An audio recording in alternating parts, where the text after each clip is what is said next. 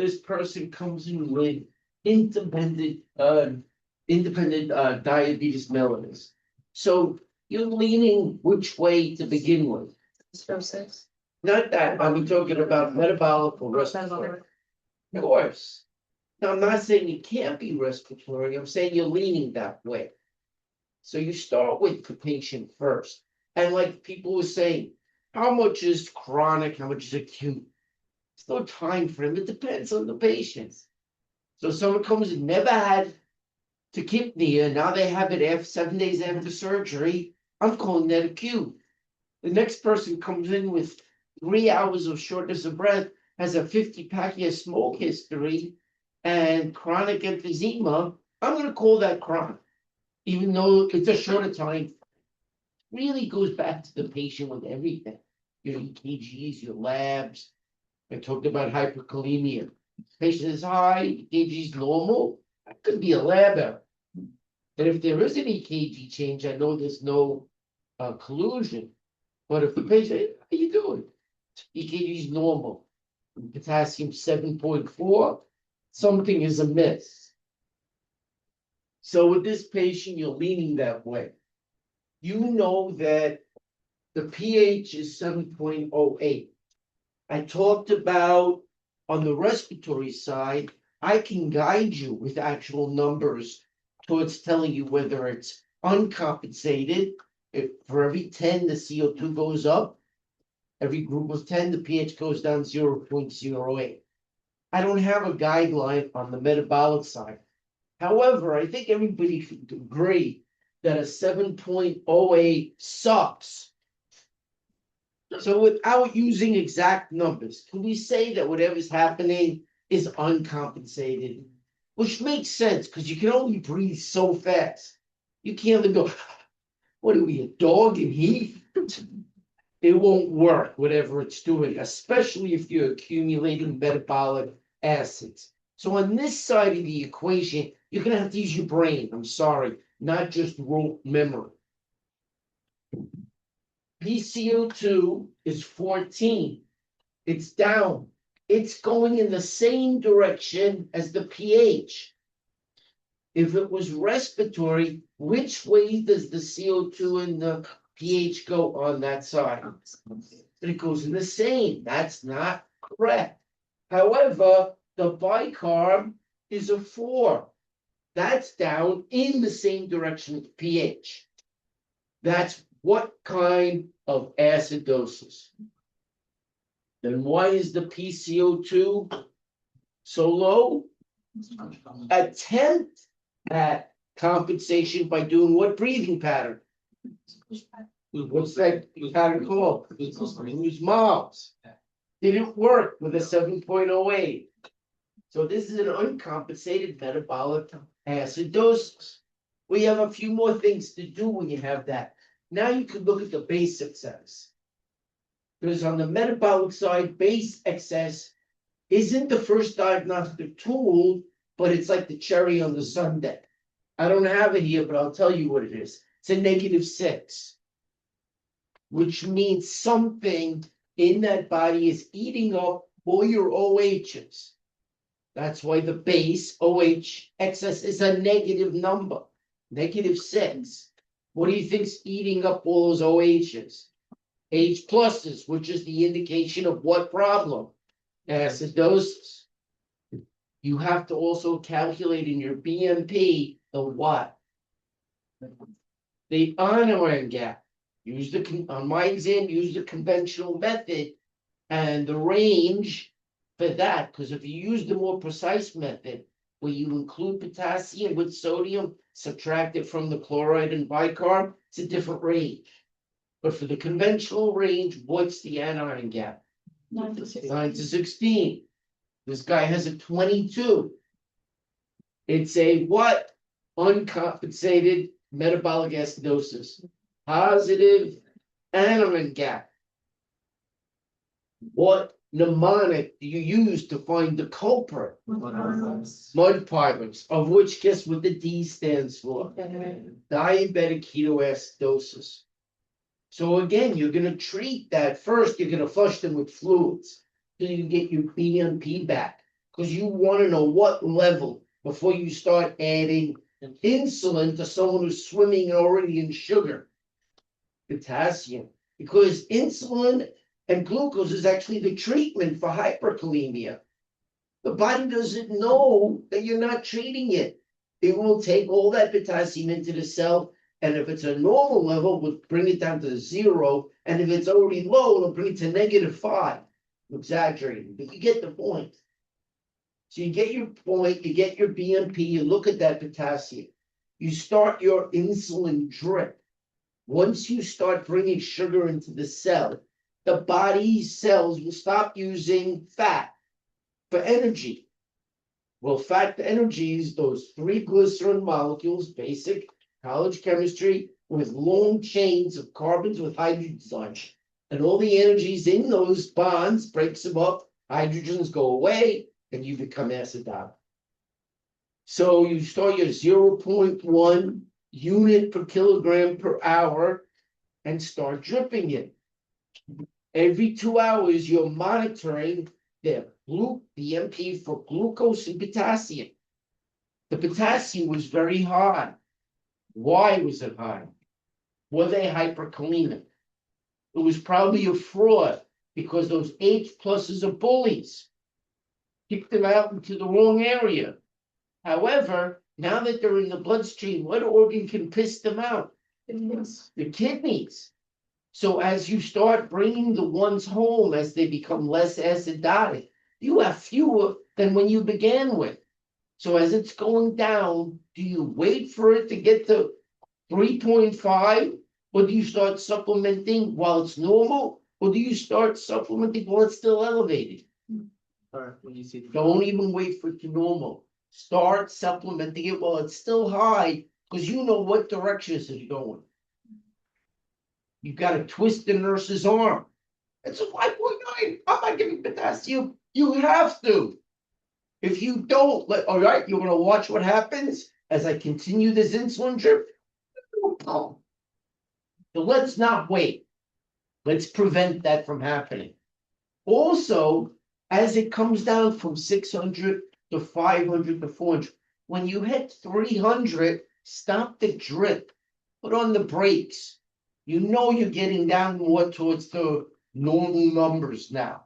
Start doing just regular insulin administrations rather than the drip at 300, because you don't want to land. You come down fast with the insulin drip from 600 or whatever it is, but when it hits 300, take the drip off, put the brakes on, and give them regular insulin the normal way. We test them and slow the process down. Supplement fluids, because what's the most efficient way of getting rid of acids? Takes the longest, but it's the most efficient. The kidneys. So flush them, get rid of it. Comes down to 300 with an insulin drip, put on the brakes, take off the drip, start just giving doses of insulin as necessary, supplement the potassium, checking it every 2 hours, and as they balance out, you've solved the problem. But again, finding the culprit, blood pilers for a positive gap, uncompensated metabolic acidosis. Very good. You get 2 stars. So again, the formula will work with a bicarb that low. Will it be less than that overall number on that side of the equation? It will be less than 40. So the formula will definitely work. I'll give it to you on the exam. This is respiratory attempts compensation, so I can't really apply these because we've already decided it's a metabolic side problem. All right, case 3, pH down, acidosis. Is it met or rest? It's met. Same side as the bicarb went down and the pH went down. Same direction. All right, expected, the formula works. Plug it in, you'll see. 40 is going to be greater than whatever that side is with a 4. Anion gap is high, blood pilers. Cause the anion gap. So it's a retention of acids or a loss of bicarb. Pulmonary compensation, you get your cruise miles breathing. The villain is based on the anion gap, and you use the conventional method on your exam. All right, calculate gap, it's not something in a lab, it just tells you who to look for. So organic acids, retention of acids, the anion gap will be increased. If it's a loss of bicarb and a loss of potassium or an anion at the same time, because they're losing bicarb, it's still an acidosis, but the overall gap doesn't change, like diarrhea. You both lose bicarb and potassium in poop. Matter of fact, that's how KX slate works. Shows potassium into your poop, you make a mess, the nurse has to clean it up, and she's pissed at you. Well, he's pissed. But you had to do what you had to do.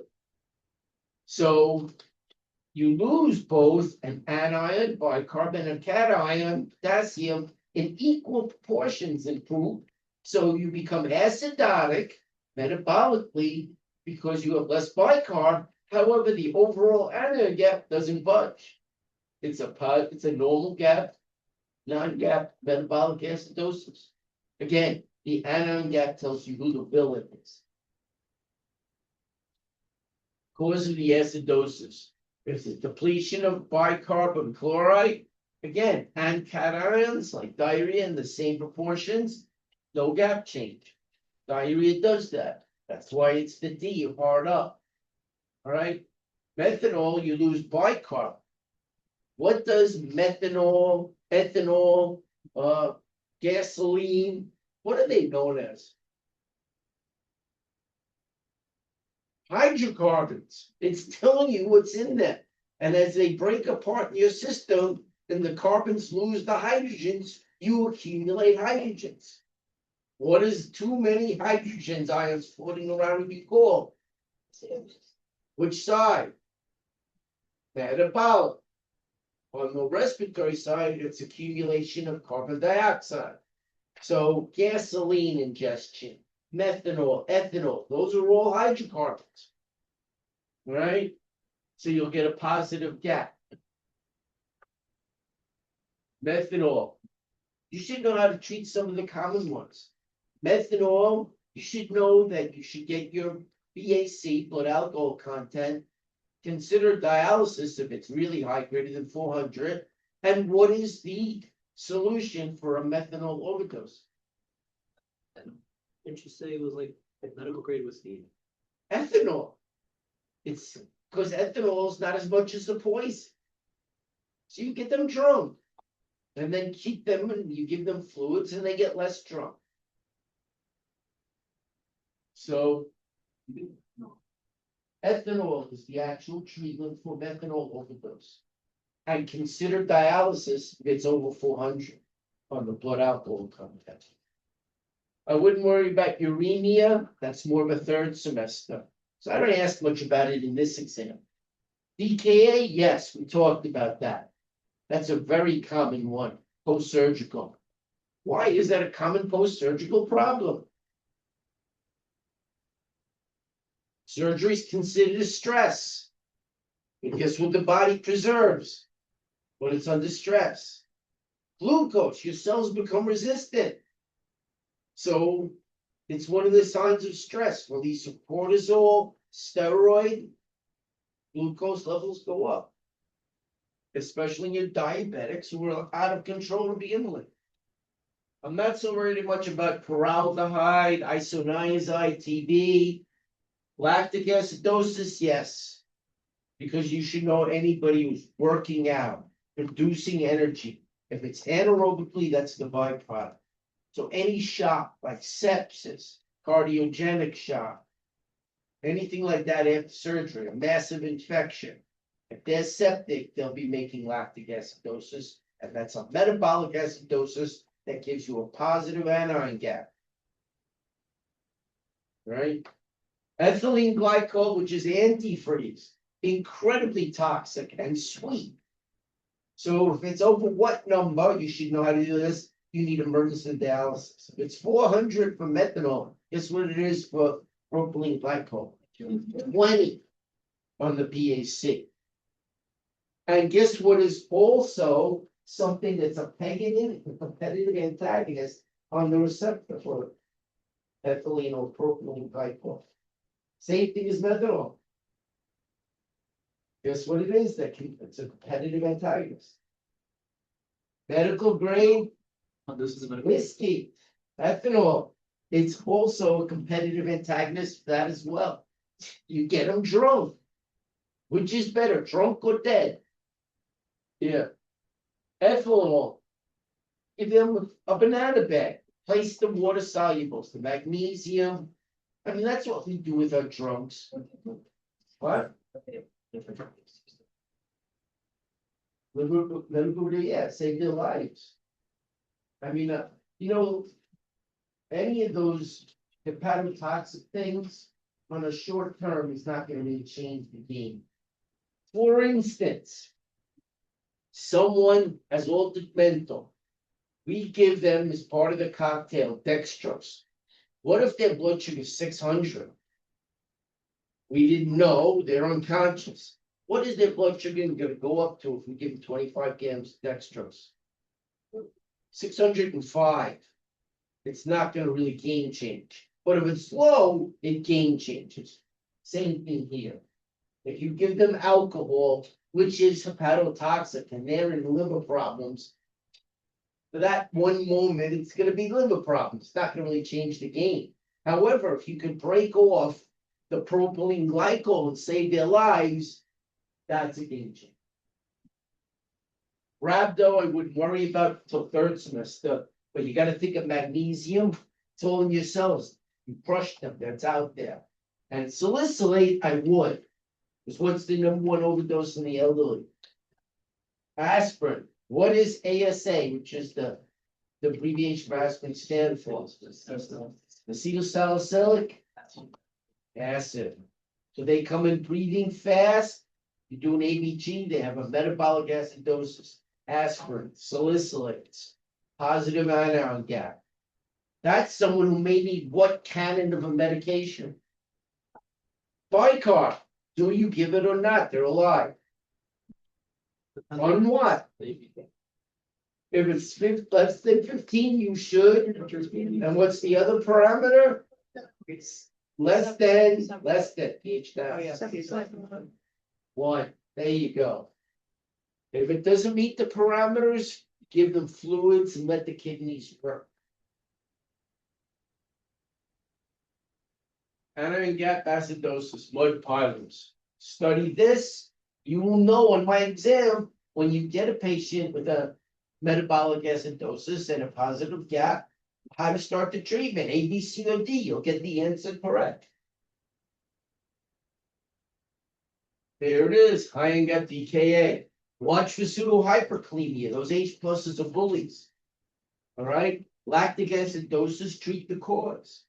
I mean, if they're not breathing well, if they're working out of the gym every day, taking all these monster drinks, you gotta tell them you're killing yourself, stop it. All right, bicarb, there's your parameters for the canon. What if they become dead from acidosis or hyperkalemia? Then what do you wheel out? Bicarb, throw caution to the wind. I just did this with the Long Island class. If they're dead, bicarb, what have you got to lose? What's the worst that can happen? They're gonna stay dead? Trying to help them. Living, I'm concerned about inadvertent intracellular alkalosis, not dead patients. Alcoholics, that's when we get them drunk. Easy to treat. Give them a rally pack, correct the volume depletion from P. So they give lactated bringers with some potassium, some mag is very water soluble, replace that, replace the vitamin B1s, they're water soluble. That's why we have Wernicke's, because how does sugar get into the brain? What coenzyme do you need? Thiamine, but they pissed it all out. They don't have any. And can the brain use fat stores for energy? No, it has to use sugar. But there's none in there. That's why you get Wernicke's. So you replace all your water solubles, and it's called the banana bag, because if you've ever seen it, it's a big bag with lights of fluid, and guess what color it is from the thiamine?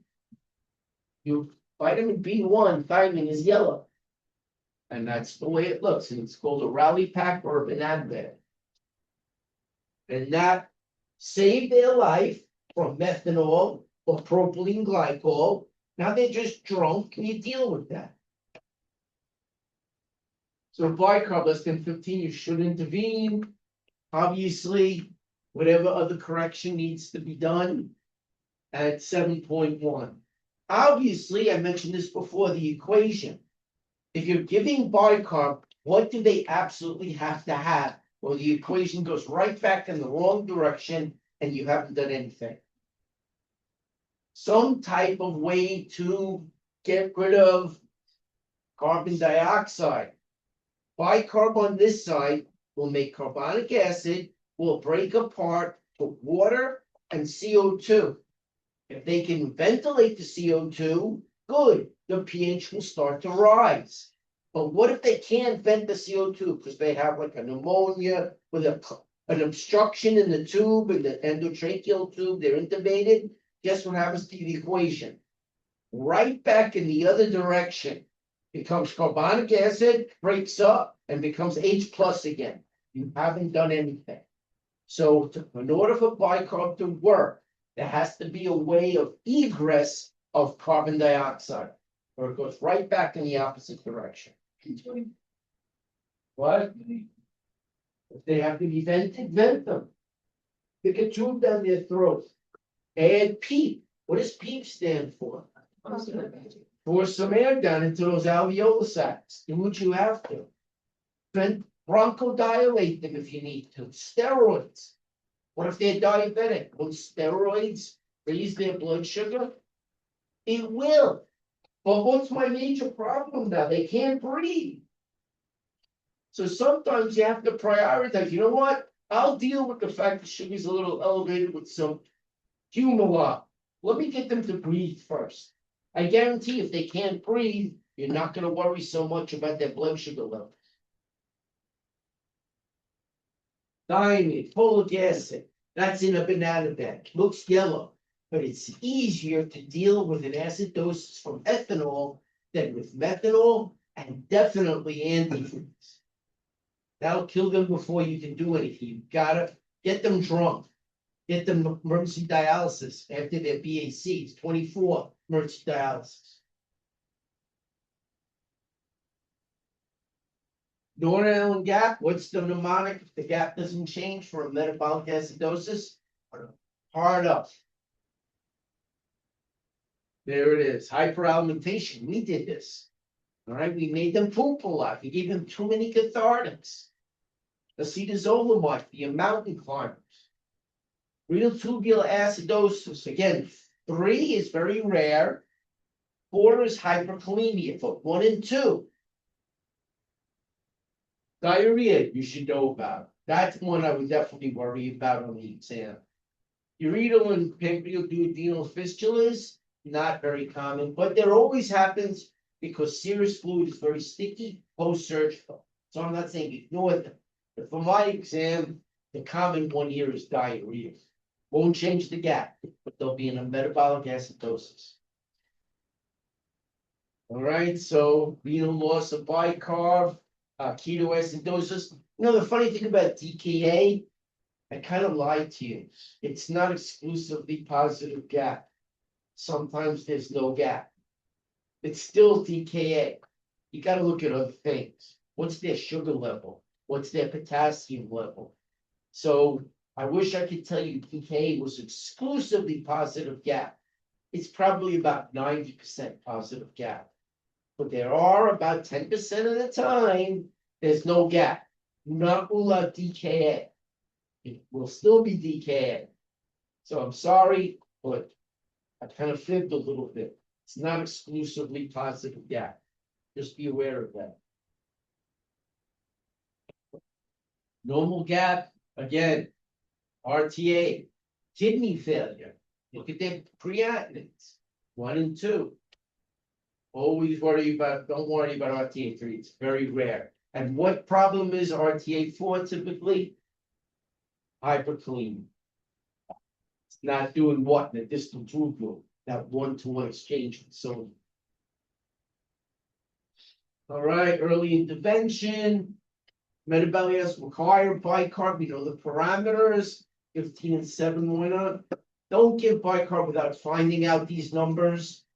Because you don't want to inadvertently cause an intracellular alkalosis. All right. Case number 4. Who should I pick? I never picked one. How about right there? You. Why don't you do case number 4?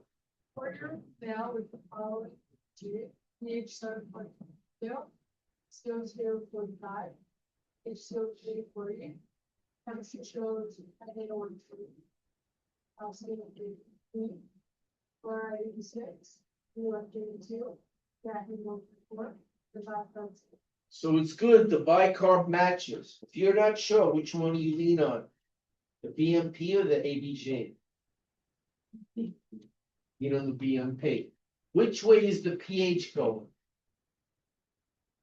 From normal. What?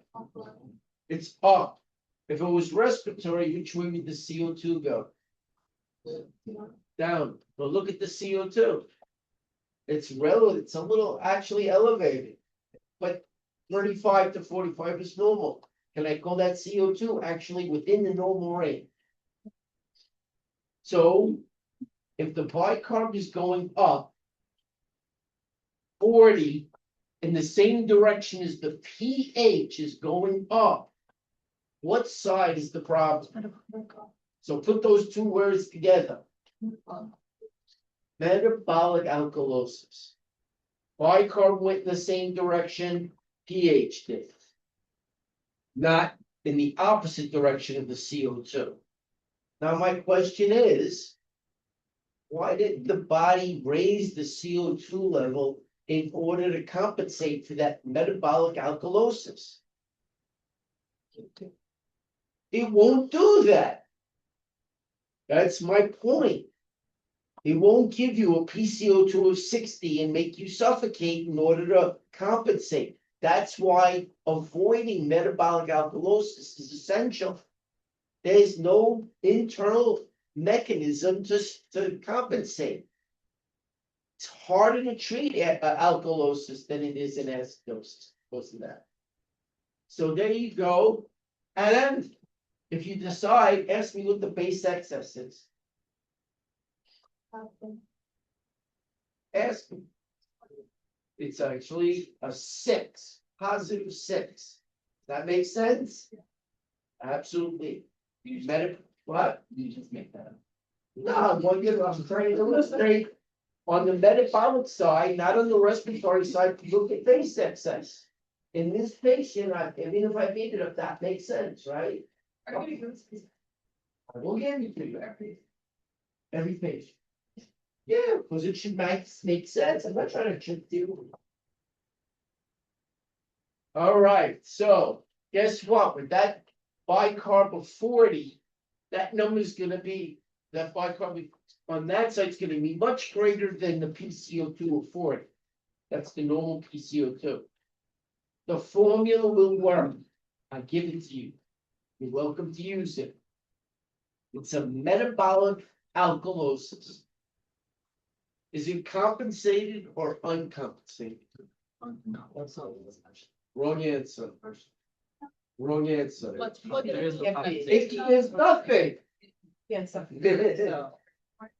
But that's like 10 questions. It's a trick question. It is what it is. Respiratory. I'm not applying these formulas because these are the attempted compensation where there will be an attempt for a respiratory acidosis or alkalosis. You've already said it's metabolic. So I'm going to skip these formulas. They're on your exam, but they're not required here. So case 4, pH up, alkalosis, metabolic, same direction as the pH. All right, the formula does work. All right, there it is, the formula. Anion gap. I don't even care. When do I look at the anion gap? The villain in acidosis and metabolic alkalosis. I'm skipping that. Done. Cause increase in bicarb. So either a loss of H plus, which will leave you extra bicarb relative to your H plus, you're metabolically alkalotic. Give me something that we did that could cause a loss of H plus. I can think of a couple of things. Diuretic. What? Give diuretics. So Not necessarily. How about if we didn't look at those parameters and gave bicarb? And we gave it anyway, just willy-nilly. Guess what happens? Metabolic alkalosis. That's on the bicarb side. When do they lose H plus? Something that we do to them too, iatrogenic. Where do a lot of your H pluses live? That the body accepts it, knows it's there, takes it into account. The stomach. So you dropped an NG2, put it on negative 300 continuous suctioning. Now, where is all the hydrochloric acid that the body took into account and accepted it as part of the overall 7.4 pH? Is it in their stomach, in their body, or in the canister? You just iatrogenically gave them a metabolic, what does this patient have? Alkalosis. Just why? You've got to be careful with suctioning. Don't suck everything out.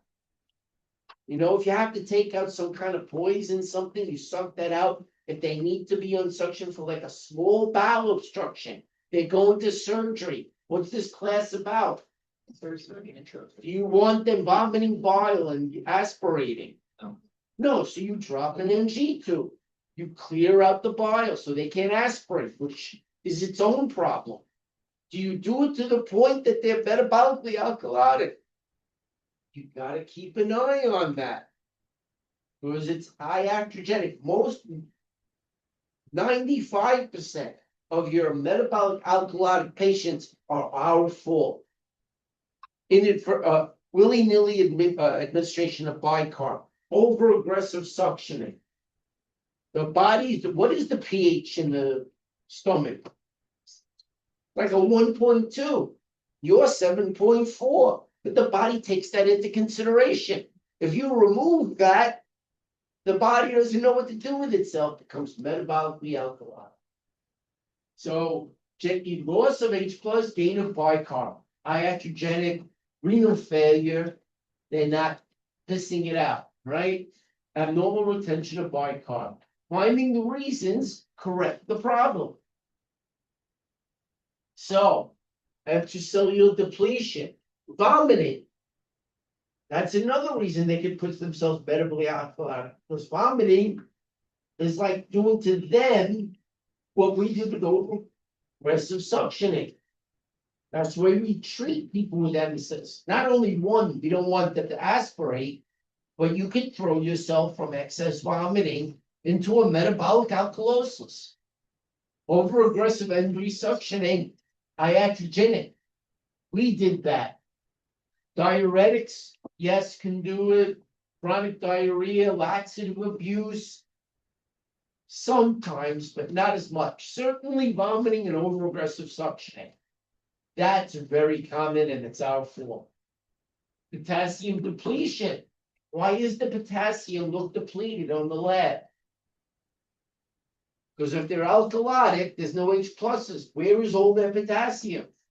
Inside the cell. Lab doesn't read it. It's in the wrong place. They have the right amount of potassium.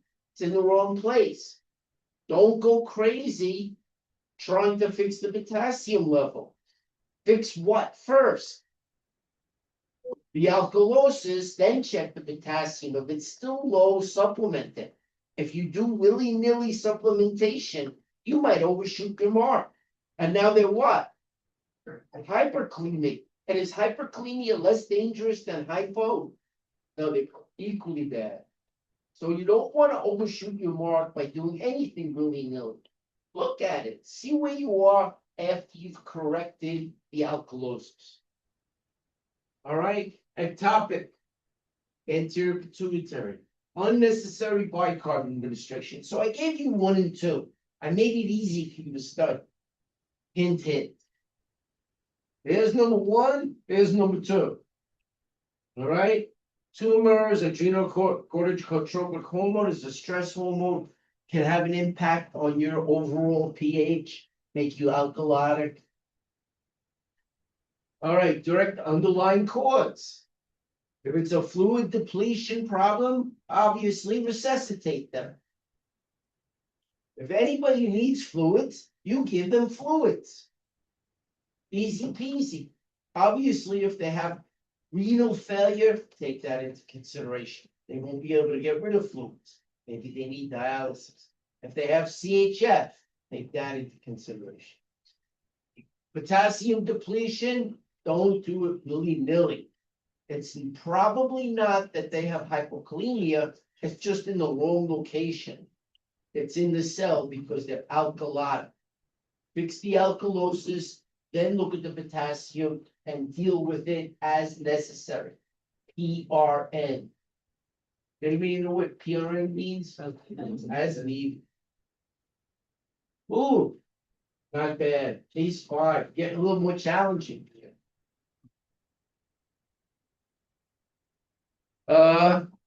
Let's see. How about you? Let's do case 5. I don't think I picked on you yet.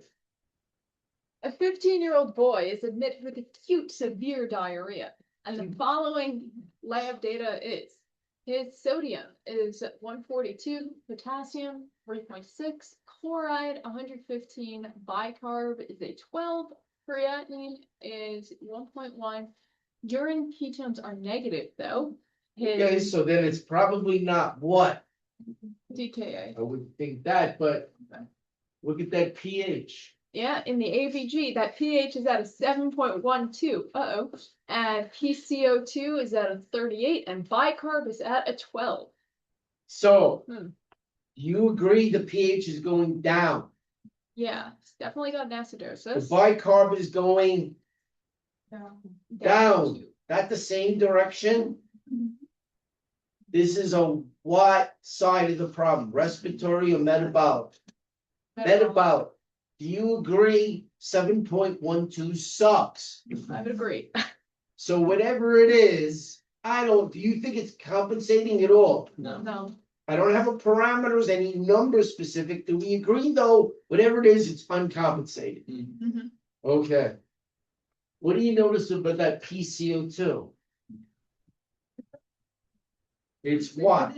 Relatively, this is odd. What did I show you with the DKA patient? Can you attempt to compensate for a metabolic acidosis? Yes. How? Breathe. Breathing fast. Their PCO2 is 40. What's happening here? How about if I help you out with this? Maybe they can't. The boy has had this diarrhea for 3 days. Try doing this for 3 days. No longer. Do you think you can keep that kind of respiratory pattern up for 3 straight days?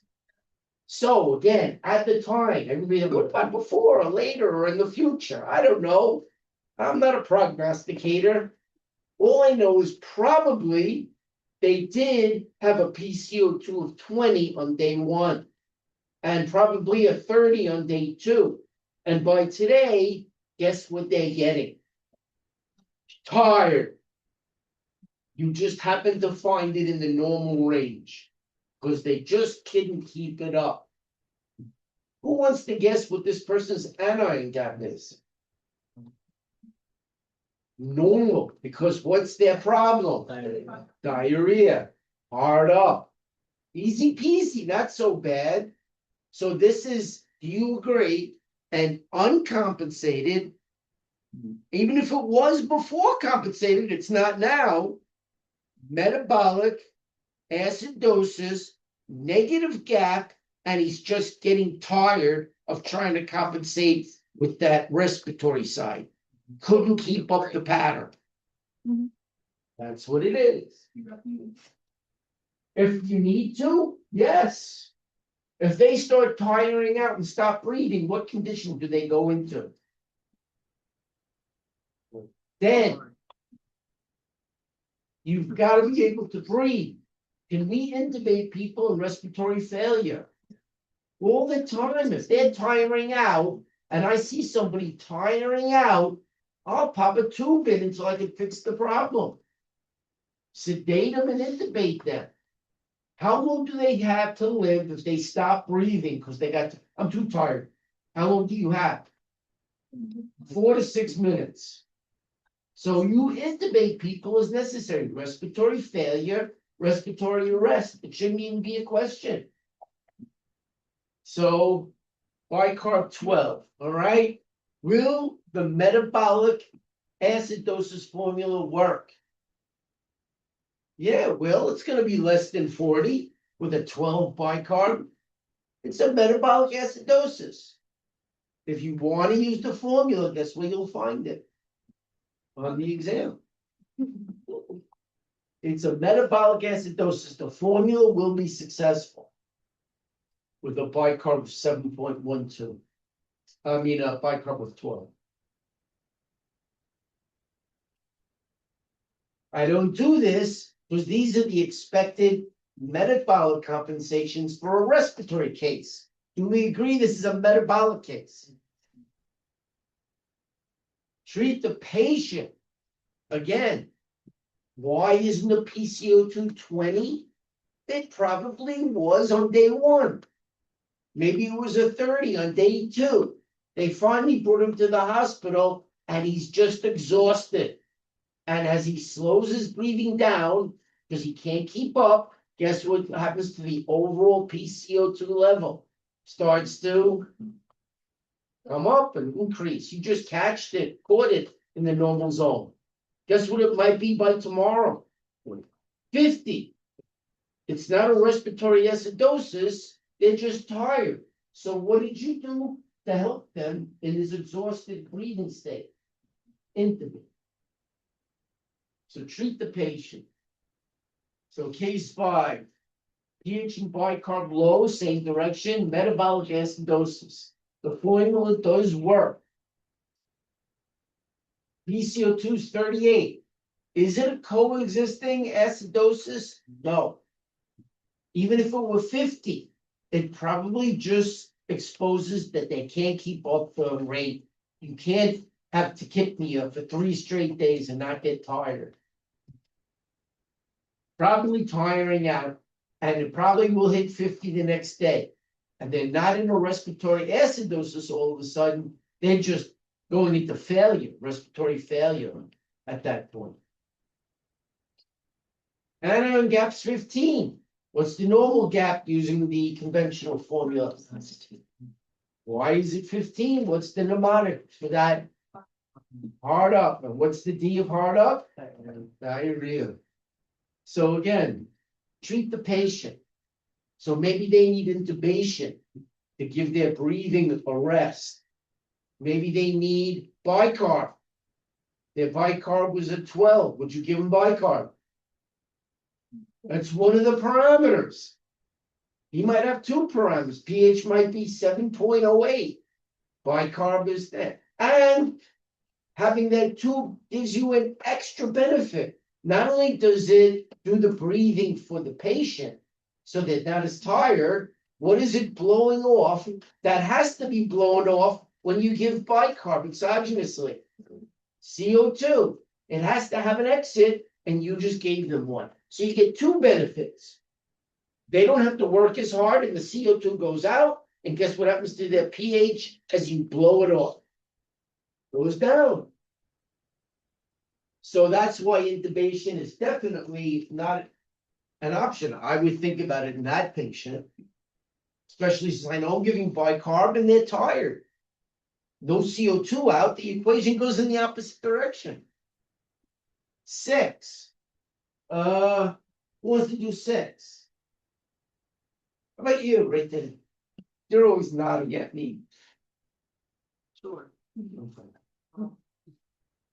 The pH is pretty high. Well, pH is 7.45. PCO2 65, bicarb 44, anion gap 14, and shortness of breath for 3 days. All right, shortness of breath for 3 days. Which way are you leaning before we get You started? thinking rest? I'm thinking two, but I'm not sure. I'm just leaning that way. That pH is 7.45. What's the normal pH? 7.4. Isn't that actually just in the normal range? So since it's in the normal range, whatever it is, what is it? Compensated. Now I have a problem, don't I? And if it's a respiratory case, the pH and the CO2 go in. And in a metabolic, the bicarb and the pH go in this, but in this case, the pH didn't go anywhere. So I have pH didn't go anywhere, but I noticed what's up with the CO2? It's high and the bicarb is also high, but the pH didn't go anywhere. When it's high bicarb, we call it a what? Metabolic alkalosis, too much bicarb. When CO2 is high, we call it a, but the pH is 7.45. Which of those is the primary problem?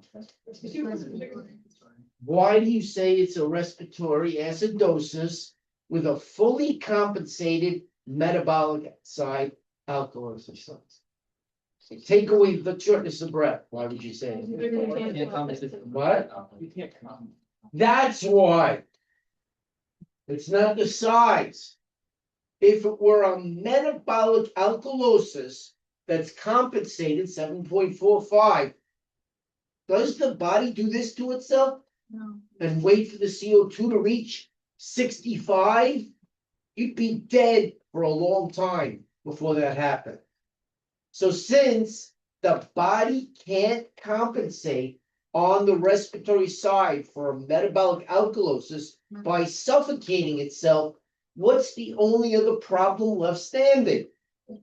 Respiratory acidosis with a fully compensated metabolic side. The bicarb is high because the body said, I have a respiratory acidosis.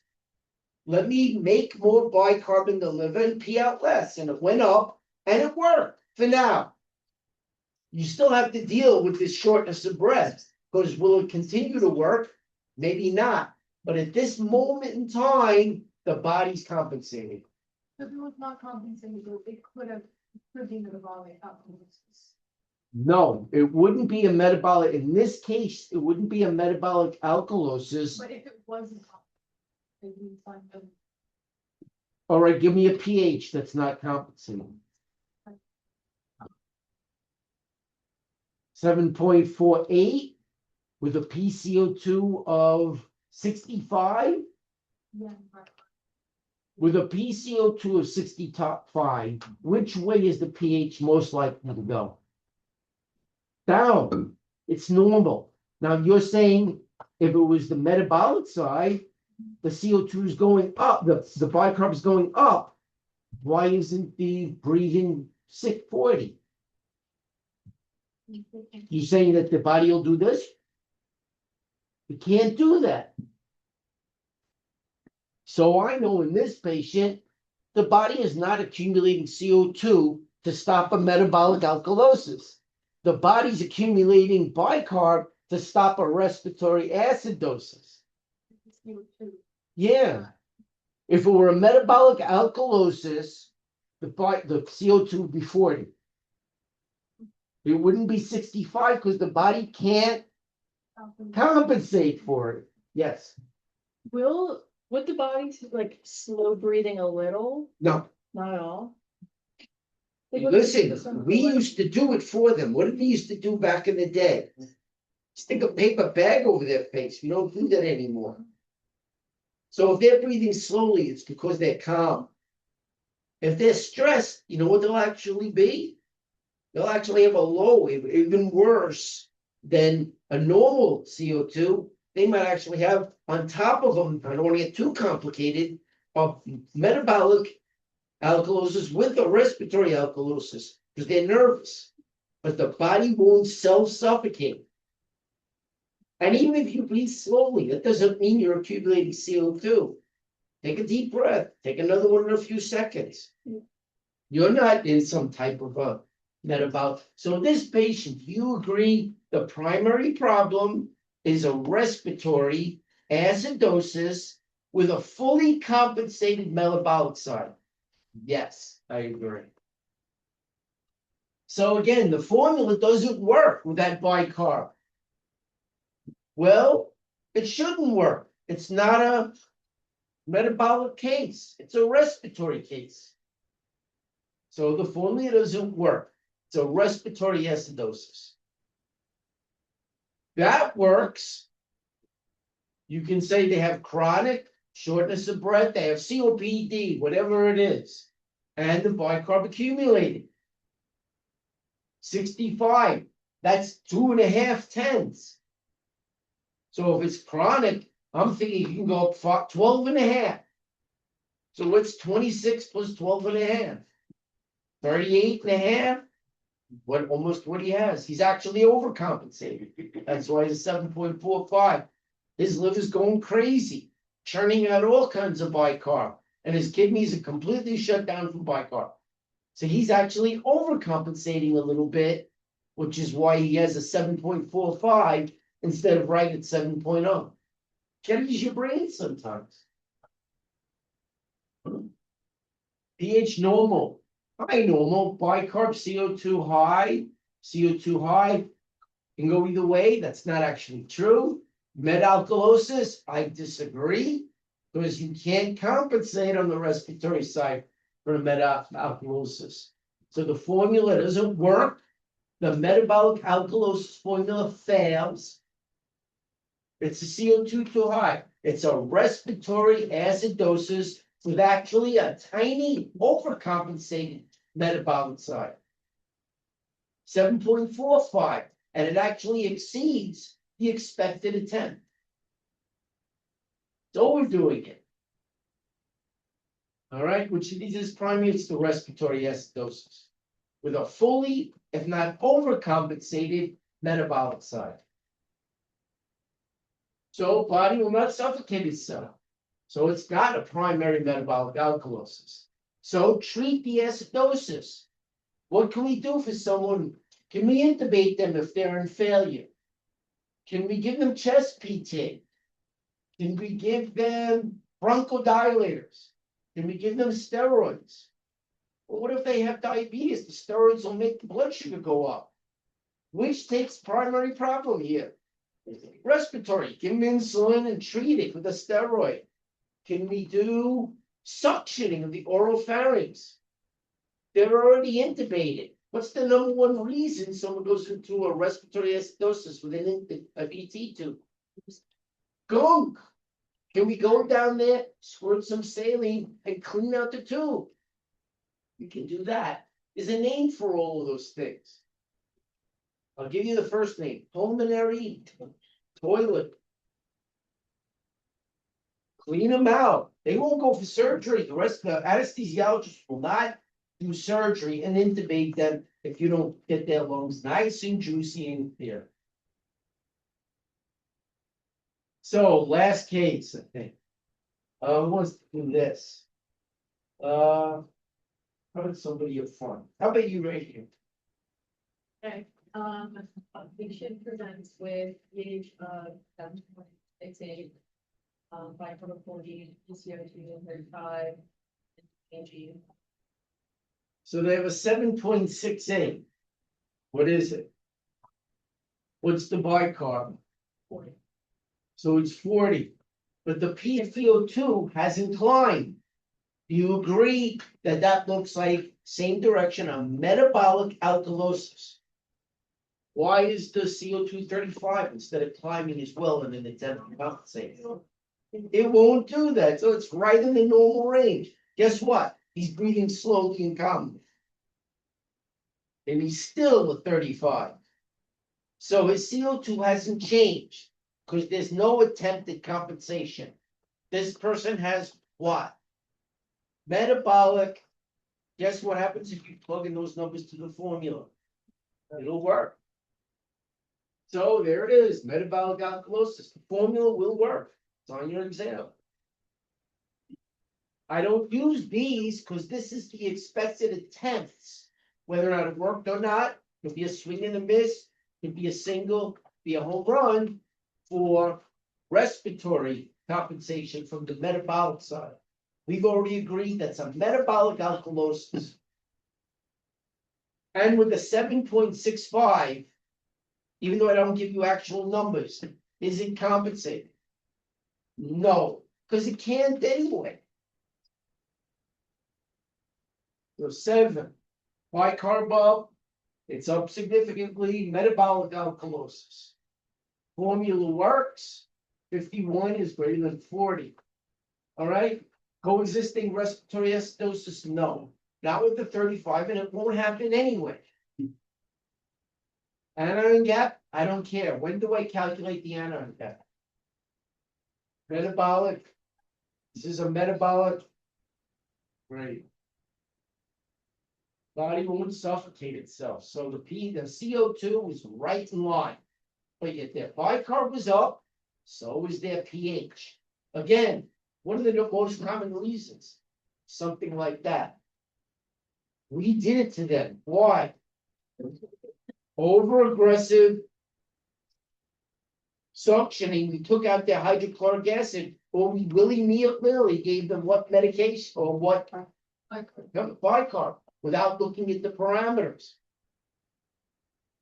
Fluid depletions in the third reason. Replace the fluids. Don't give them any more bicarb. Take it out of your TPN. Stop the suck, put it on low intermittent rather than aggressive. Continuous suction at -300. All right, here are your skeletons. I give the normals, but know them for your exam. There's your BUN. How is it written in the real world?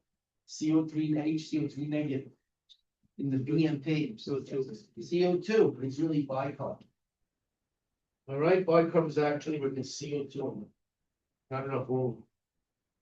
That's an ABG, pH, PCO2, arterial, bicarbonate base excess. Time management, 100 questions. So don't pick the ridiculous answer like go ask Phil, he'll know what to do. That's not the correct answer. All right. Know that calcium, does it drive potassium into the cell?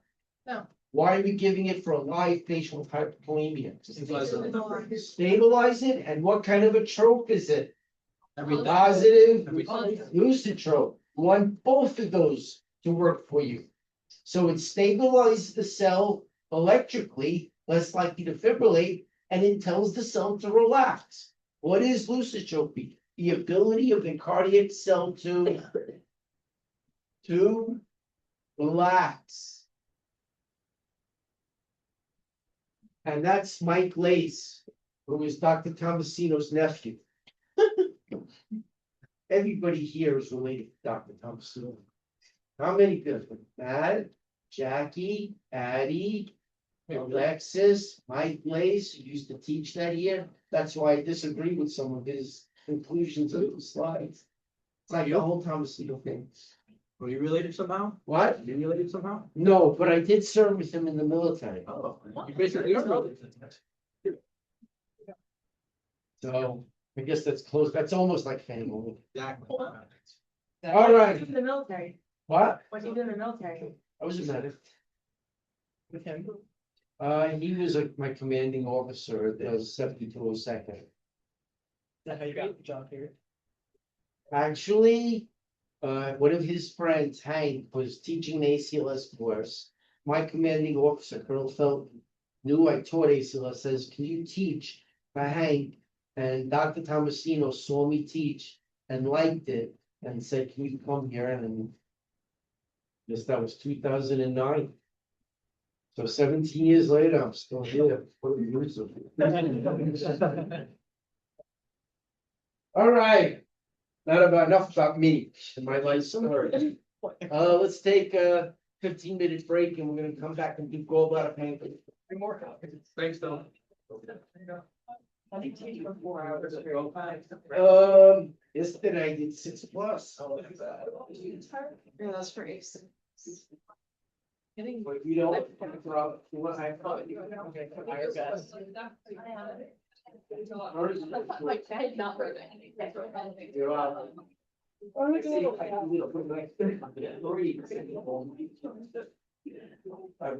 the middle range for logic, and when you show the other curve. No, that was so.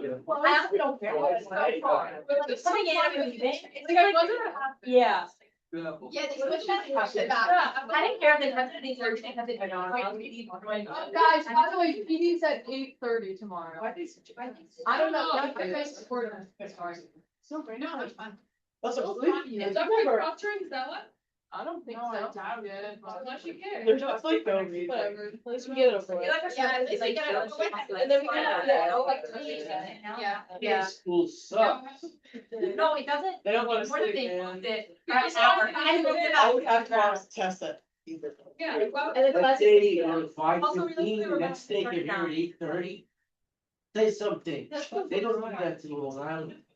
Stop, don't say that. Don't say that. what do you mean? I'll get something.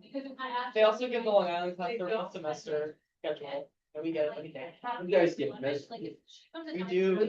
Yes. They're testing that. No, something. I feel like it's like a prank, and you're like, We fight back. they're like, how? They're like, how much can we do? Oh, they snap. Obviously, everyone, 8 a.m., 8 a.m., 8 a.m. So I don't. Actually, the evening class used to be the regular class. You guys got even less now than they used to be. Back in the day, you didn't even get to go to like graduation. I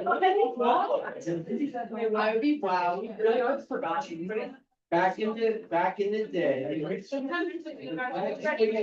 once a year, there was no white coat ceremony. It was at the Tiller Center and it was held in September.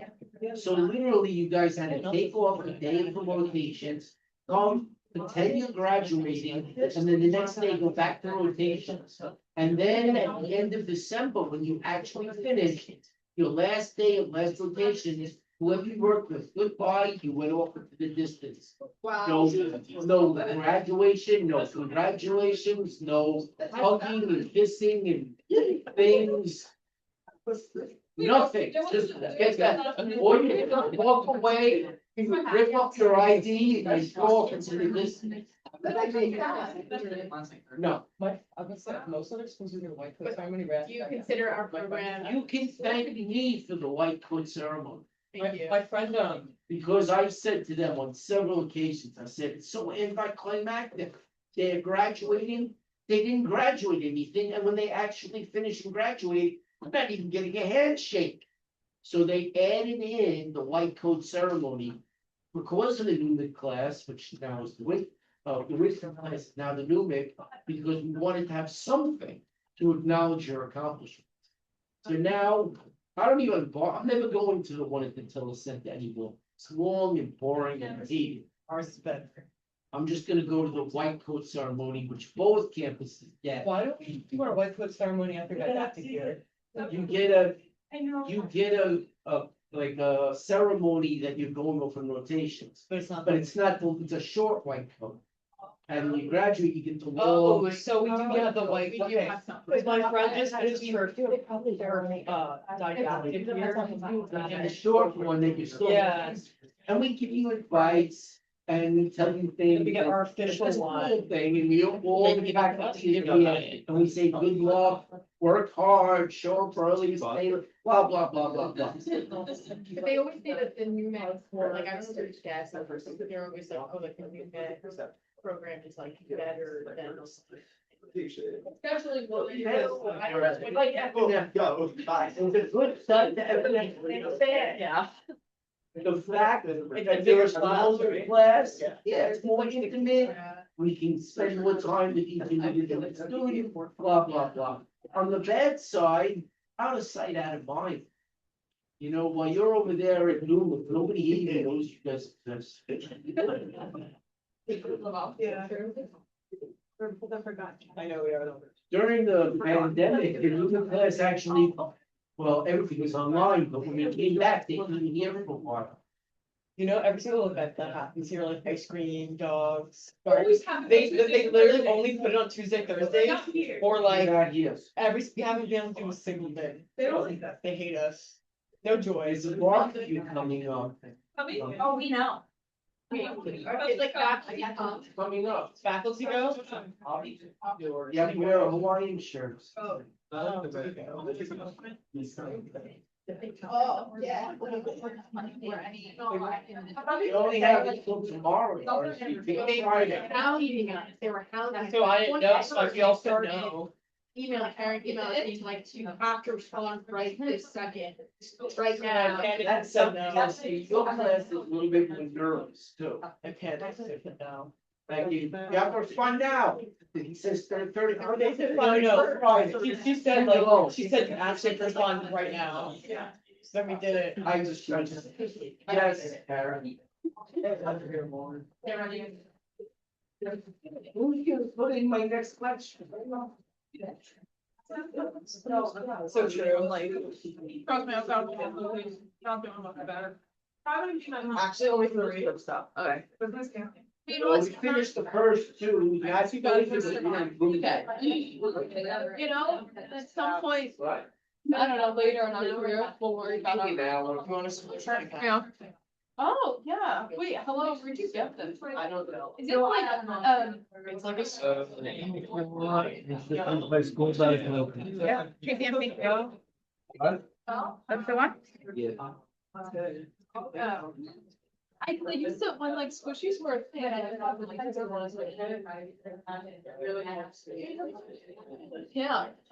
Wait, what's that? I think we need more stress toys. We're definitely. Like toss it around. I don't know where I got it. I don't know my stopping. I splashed all the money. Great for me. I spent like, oh yeah. I forget how long fire. How many cracks are there? Put it on the fidget I was cube. gonna break that.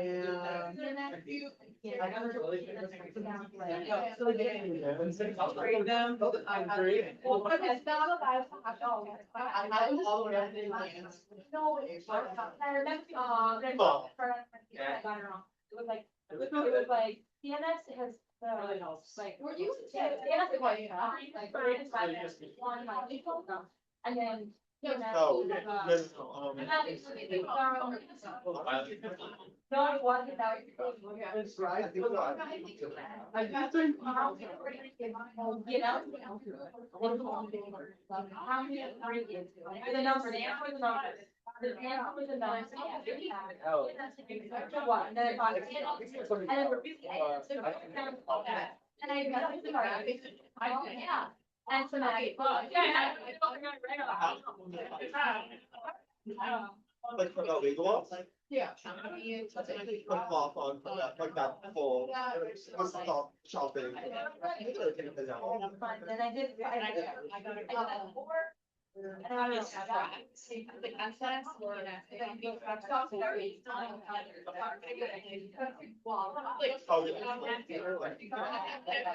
Oh, ANS becomes the ANS. That was it, the ANS then becomes. Gabby, can you tell us, I'm gonna ask you Okay, if they on neural test, on our neural quiz, we had a question, I don't remember, I'm trying to remember, basically it was a number, the answer was a number, it was how many divisions are there of the peripheral nervous system, and like it was. Like the two, but then there's also a 3 from the autonomic nervous system, so I don't know the answer, which, but I remember. I don't know, I got it.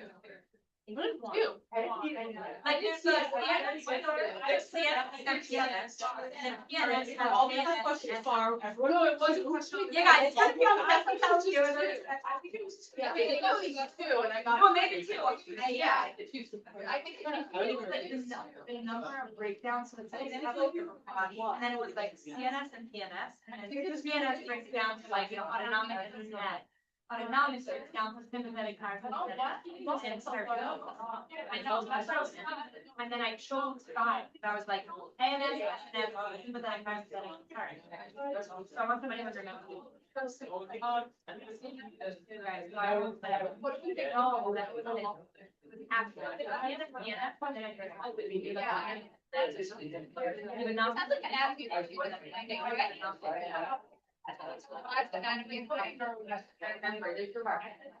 Yeah. So I wrote it out of my book.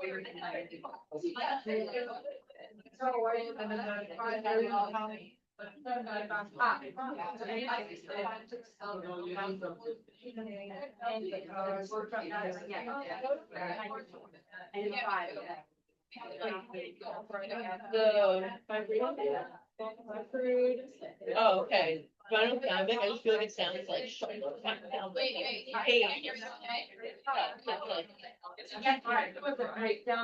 And then that. I know, it sounds like.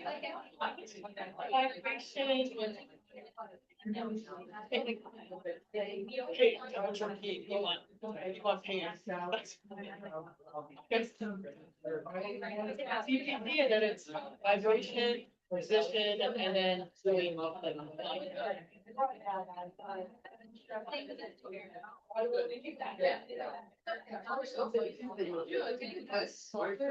Was like.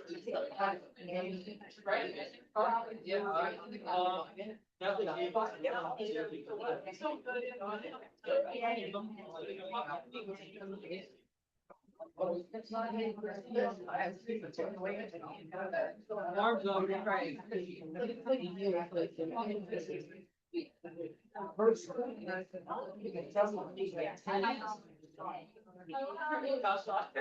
Oh, yeah, thanks, Brian.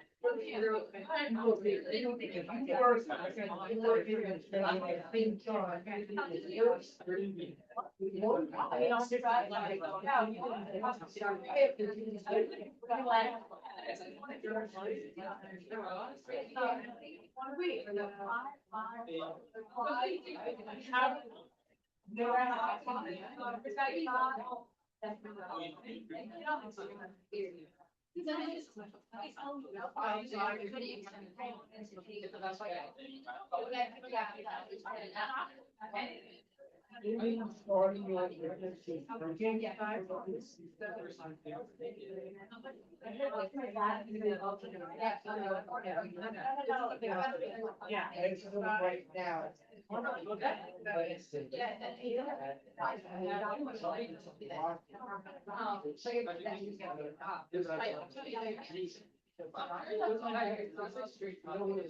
Is it good?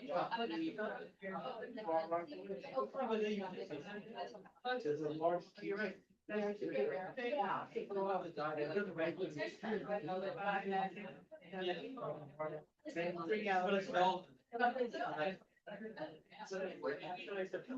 But it's all.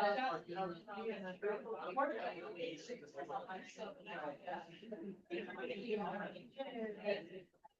You know. You're definitely.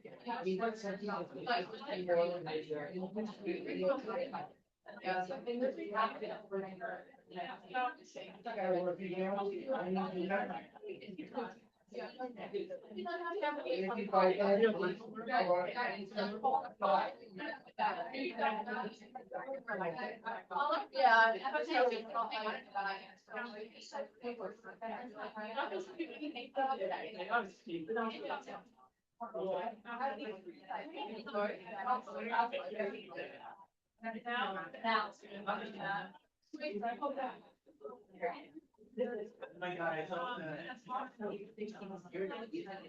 Is it more than 10 minutes? 15 minutes, yeah. Has it been? I'm not really sure. Not really sure. I lost track of time. Yeah. It's been You're kind of like, okay, we'll roll later. Give everybody one more. Get your people back. Give you one more minute.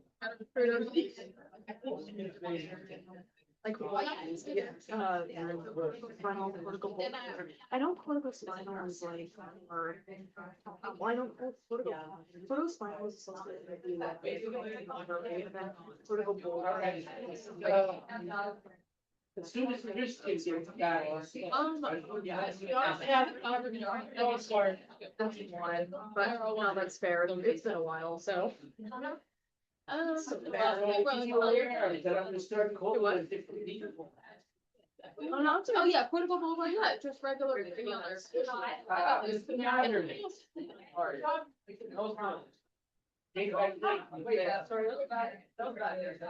wanna do the end?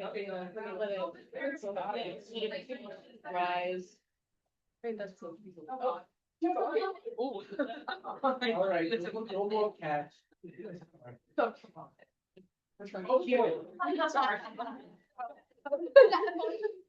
Okay.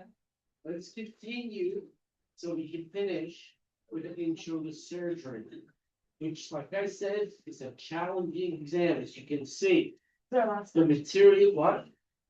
The material we covered so far is very heavy stuff. Takes calculations and thought, and you can't just learn by rote memory.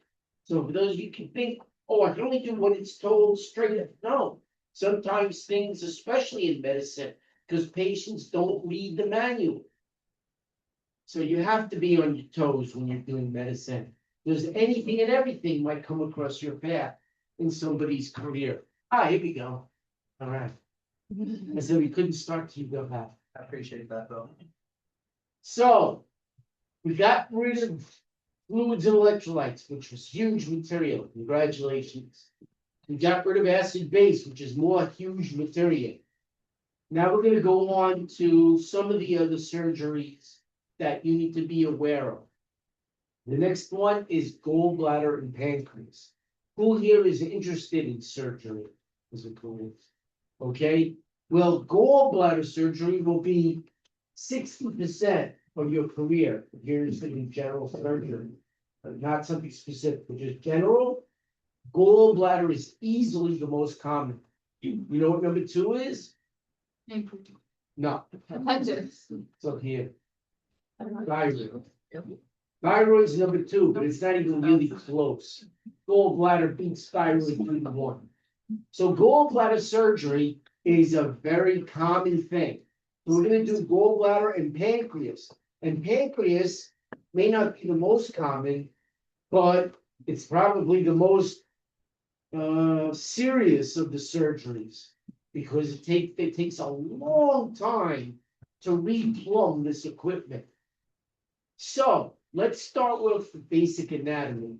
If you're gonna first assist, if you're gonna treat these people, you should know what's happening and where things are located.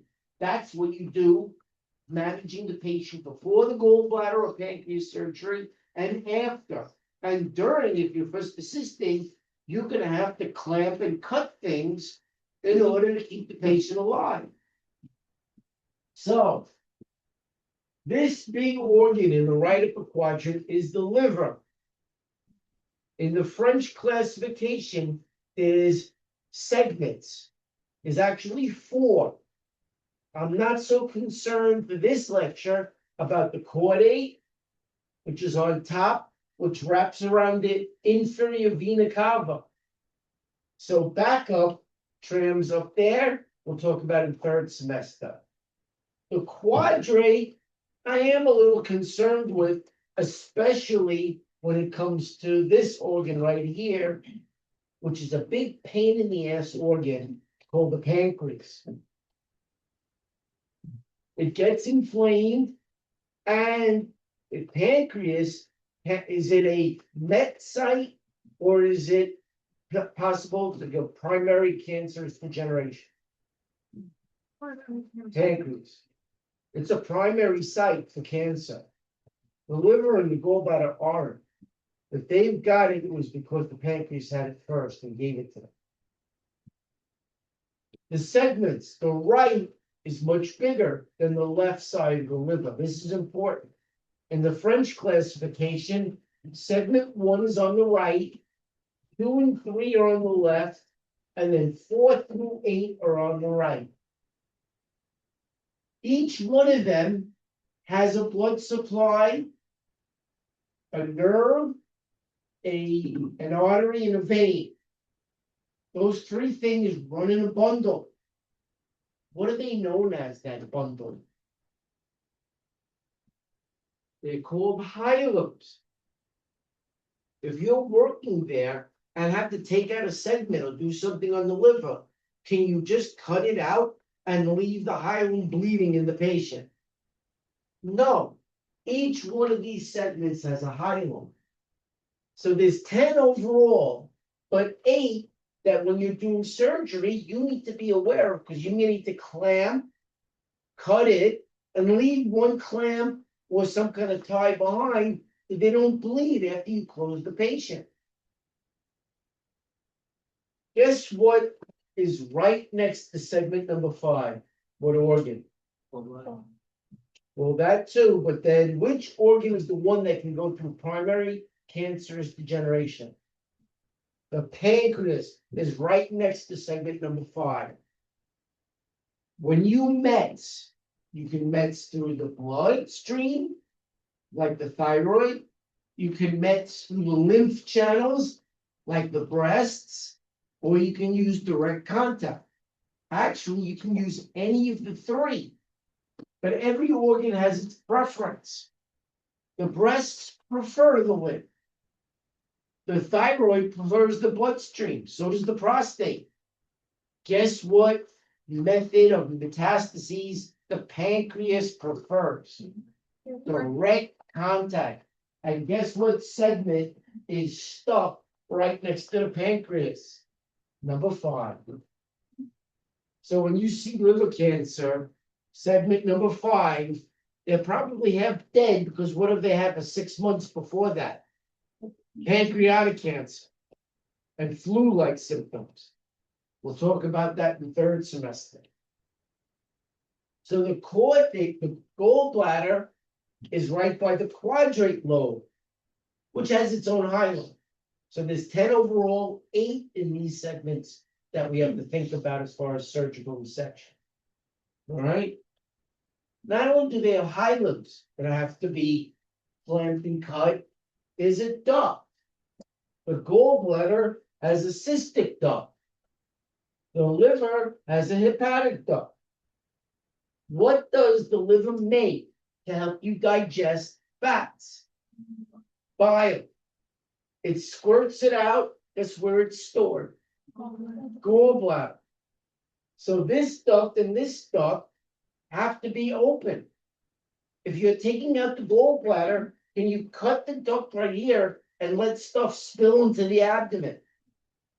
So no, you need to know that when you're doing your laparoscopic cholecystectomy, you've not only have to find the hilum, the gallbladder, know where it's located, you have to clamp and cut the cystic duct and tie it off forever. Otherwise it leaks after you close the patient. You can't have leakage of bile and stuff into the abdominal cavity. So there's the cystic duct, the hepatic duct comes out of the liver. Things can get stuck here and inflame the gallbladder. Things can get stuck here and inflame the liver. They meet at something called the CBD. That's what that's called. Things can get stuck here and inflame both organs and piss them off. It comes down and it gets bigger over here, the common bile duct, and it's the A of V. Does anybody know what that stands for? The ampulla of Vada. And what comes in there is that evil pancreas. It has ducts. Guess what this duct that runs along the top is called? Where are some? That needs to be addressed surgically sometimes, because it can get inflamed. And if it gets inflamed, it can't release what two enzymes. Because that's how it gets into your system to digest food, the digestive enzymes. Amylase, Like, lipase. Which one is more pancreatic specific? the other. The lipase. Guess what those enzymes do? They digest material, food. If they can't get out of you and into your food that you just ate something, guess what they'll do? They can't get to the food. They digest you. They don't care. They'll digest your own pancreas or whatever's there. Amylase and lipase are indiscriminate. You send it to the food, they help you digest your food, your carbohydrates and fats. You block it at the ductal worst, it'll eat your pancreas. I know your answer about this, but has anybody here ever eaten lobster? How do you have to cook lobster? You have to do what to it? You boil it while it's still alive. Why can't we eat it and froze it and eat it a couple of days from now? Because it has a pancreas. If you wait 2 days, you know what you're throwing in the water? An empty shell. It ate itself. That's why you get your lobster has to be that one, cook and eat before it can eat itself with its own digestive enzymes. I know you don't have lobster, trust me. True. Gotta warn you, it's delicious, little drawn butter. But it'll do the same thing as a human and inflame the pancreas. So you'll get less digestion of food and a terribly inflamed pancreas because the ductal worst is obstructed and the amylase and lipase can't get out. It's accumulating in your body, by the way, and it's eating your own pancreas and own tissue. It comes down. There's a sphincter at the bottom. Anybody know what that is? Sphincter of Oddi and into the duodenum. These enzymes go. So this is telling you how are you going to treat this? Because you can live without a gallbladder. Yeah, you may have to adjust. The liver can't make bile that quickly. You may not be able to eat fatty foods as much. You may have to lay off the ice cream, but because otherwise you'll get steatorrhea and your social life is messed up. But you can live without a gallbladder. That's all the gallbladder does is store bile. So it can't store it. The liver has to make it on the spot if you eat a fatty meal. So that's something to think about. If it's giving you a problem, what do? That's why it's number one surgery. Remove it. Chronic stones, things like that. How do you assess this is important. The higher up the problem is, the ultrasound is a very good, non-invasive tool. But the lower down it is, the less effective the ultrasound is. And sometimes you have to go in the back door and look this way for the problem as it's lower down. So if I see elevated liver enzymes, it's probably not in the neck of the cystic duct. The problem is probably in the common bile duct because the traffic is both directions. That might need a different procedure to get that sludge or stone out. If there's elevated lipase, it might be down here, blocking the ductal worst as well. These are all how you're going to actually get the answer on my exam. So there are 3 surgeries you should be aware of. At least 3. What? Ampulla of Vater, pancreas, sphincter of Oddi. Oh, there's another duct out of the pancreas. Not everybody has it. It goes directly from the pancreas to the duodenum, releasing digestive enzymes. When 20% of people don't even have it. Anybody know what the name of that duct is? That needs to be accounted for if you're doing pancreatic surgery. You can't just leave it dripping. Santorini. So. Gotta have 2 more surgeries. Lap, colon, open colon. These are the surgeries you're gonna be responsible for. A Roux-en-Y. Some sclerosis of the hepatic duct. A wimple, maybe a tumor at the pancreatic head. You gotta replumb everything. The Q stuff. All right, Dr. Worson could give something. Laparoscopic open cholecystectomies. Like I said, that's gonna be the #1 surgery you do if you're in surgery.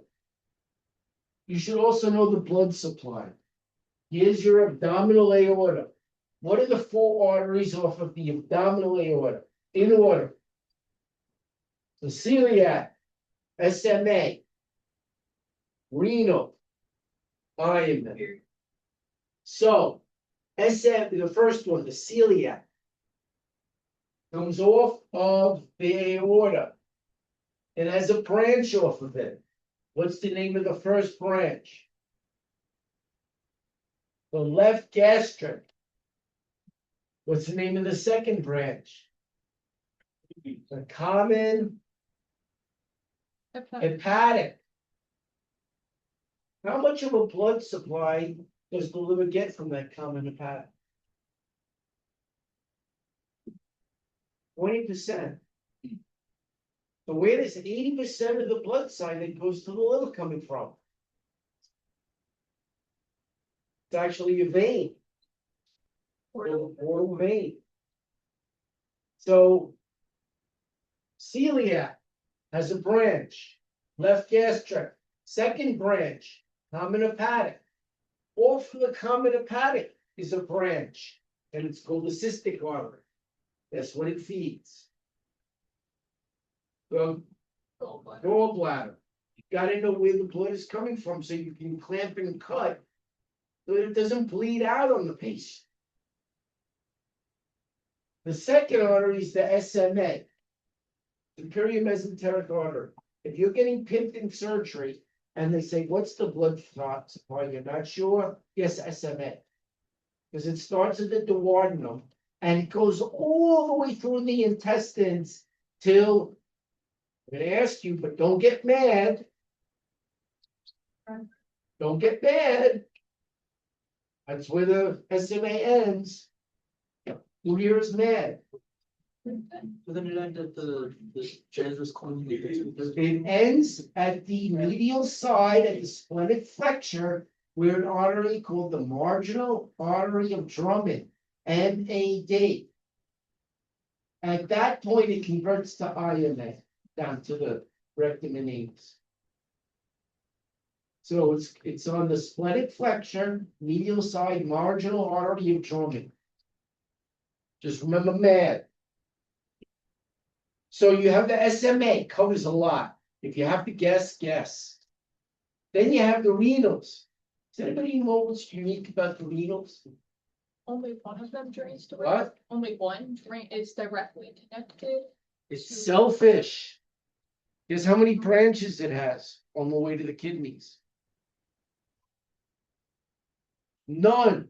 Goes to the kidneys. How much of your blood goes through your kidneys in any cardiac cycle? Percentage-wise. What do you think? Not enough. Not enough. Nope. 100%. The renals do not share with anybody. They are selfish, dedicated arteries. There's no branches like off of the celiac with a common hepatic, then another branch to the cystic and a left kidney. You don't have that with the renals. Kidney, done. And then the bottom one is the IMA. So you gotta know that. Well, this type of surgery for a certain level, we're gonna talk about when you might recommend to your surgical patient a Roux-en-Y procedure. That's Whipple. Pustow. Pustow. This is lab, this is open colies. This class is what? Things are what? You gotta know, I'm not asking you to do these surgeries, it takes 5-year residencies, they learn how to do it. But if you're gonna first assist and treat these types of patients, shouldn't you be aware of what's happening? Yes. So disease of the gallbladder, cancer of the gallbladder, it actually sequesters calcium. It kind of shows up on an X-ray. Tumors of the bile ducts. And again, if any of those cancers happen, what organ am I looking at that does go through primary cancers degeneration? Make sure you look at that pancreas. Does anybody know what the cancer, and you should know your cancer markers, what the cancer marker is for the pancreas? What? Yes, see something, 19.9. What's the cancer marker for the ovaries? Good. What about colon? Carcinoembryonic antigen. What about the testicles? Oh, yeah. 3 letters, alpha fetoprotein. You should know your primary cancer marker. Gallbladder, holy cyst. It's an upside down pear shape, quadrate lobe. Okay, of the liver. You usually don't use the surgery to like transplant the quadrate lobe, it's too small. The only time you do surgery in the quadrate lobe, obviously, is for removal of cancer degeneration. Holds bile, that's all it is storage, up to about 1500 cc's. When you eat a fatty meal, what do you secrete that makes the gallbladder squeeze? CCK, cholecystokinin. You give that exogenously, you see, you fill the gallbladder with a dye, and you give CCK, and you watch it squeeze through the duct. If it can't squeeze it out, something's blocking it. Go behind the scan. But if you release CCK and there's a stone, guess what you feel? Pain. The head is the fundus, there's a neck where things like to get stuck, your corpus or body. It's a Hartman's pouch. It's a dead end, it's a cul-de-sac. Small cul-de-sac. There's the neck leading to the common bile duct, to the cystic duct, to the common bile duct. Things love to get stuck there. What are stones of the gallbladder typically made of? Cholesterol. If you ever see cholesterol, is it hard like calcium oxalate? It's mushy. So guess what? It doesn't highlight on an X-ray, and it's not good to use lithotripsy, it won't work. Like calcium oxalate, which vibrates and breaks up the calcium oxalate. It's mushy like Jello, but it will block stuff. And that's what it looks like. And there's the cystic duct, which you need to be aware of. You're the surgical first assist. Right under the liver, quadrate lobe, common hepatic duct. And what's this duct right here? Where they meet? Common bile. Then it gets wide. Pancreas duct of what? Starts with a W. And what is this, A or V? The further down you get, the less effective an ultrasound is. You have to go in the back door. Does anybody know what the back door, which is not only diagnostic, but it's therapeutic, to try and clean out stuff that's blocking further down? ERCP, What does that stand for? endoscopic retro. Endoscopic, down the throat, retrograde, Holy. cholangio, pancreatography. So common hepatic duct. You should know that in the cystic duct equal the common bile duct. Then it goes to the ampulla vata, the pancreatic duct of Warsaw. All right, it's called the hepatopancreatic duct. It goes down into the duodenum through the sphincter of Oddi, the second third of the duodenum. They used to say morphine. They used to say don't give morphine to people with problems in the sphincter of Oddi, gallbladder disease, because it spasmed it. But then they did actual research and they found out that wasn't true. So now you can give morphine for pain management to someone who has pain from gallbladders. If they say no, it spasms it means they haven't really looked at the current literature. The cystic artery, that's the one that you have to clamp and cut. If you're taking out the gallbladder, you can't leave it bleeding. It's the second branch of what, actually the first branch of what artery? The common hepatic, which is the second branch off of the what? The celiac. Not only go to celiac, left gastric, common hepatic. Then go up the common hepatic, you find the cystic artery, which goes to the hilum of the gallbladder, which needs to be by the PA during surgery, clamped and cut permanently, so you can take the gallbladder out, clamp and cut the duct, and that doesn't leak and the blood doesn't leak. That's your job as a first assist. So number 2 off the aorta, left gastric number 1. Cystic duct connects to the hepatic duct at the common bile duct, and the sphincter of Oddi is way at the bottom where all that good stuff enters the duodenum, including broken down bilirubin. So your body gets rid of blood cells. How long do your red blood cells last? 90 to 180 days. But it breaks apart the heme and the globin. That bilirubin it makes by the spleen does that, not water soluble. So the liver gives glucuronic acid, makes it water soluble, and it sticks it in that stuff, and it goes down into the stuff in your duodenum. Guess what it causes your poop to look like? Brown, called stercobilin. Bile production, that's the liver. Choline and ketodexocholine, they're the primary bile salts, all right?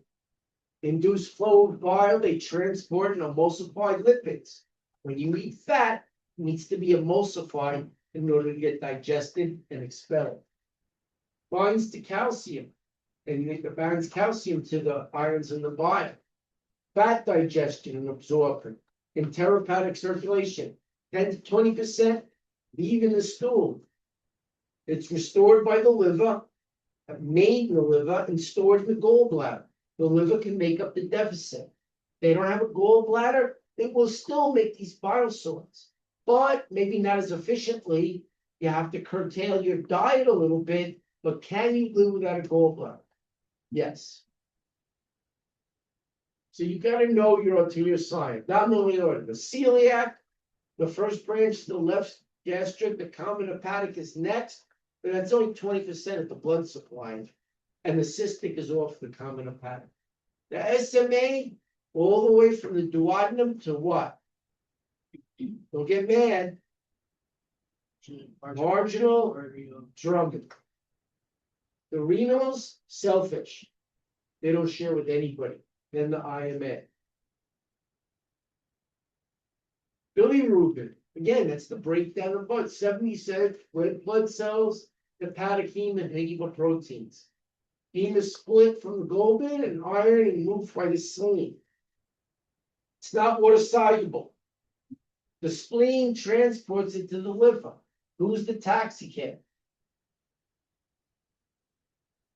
In your bloodstream, keeps fluid in.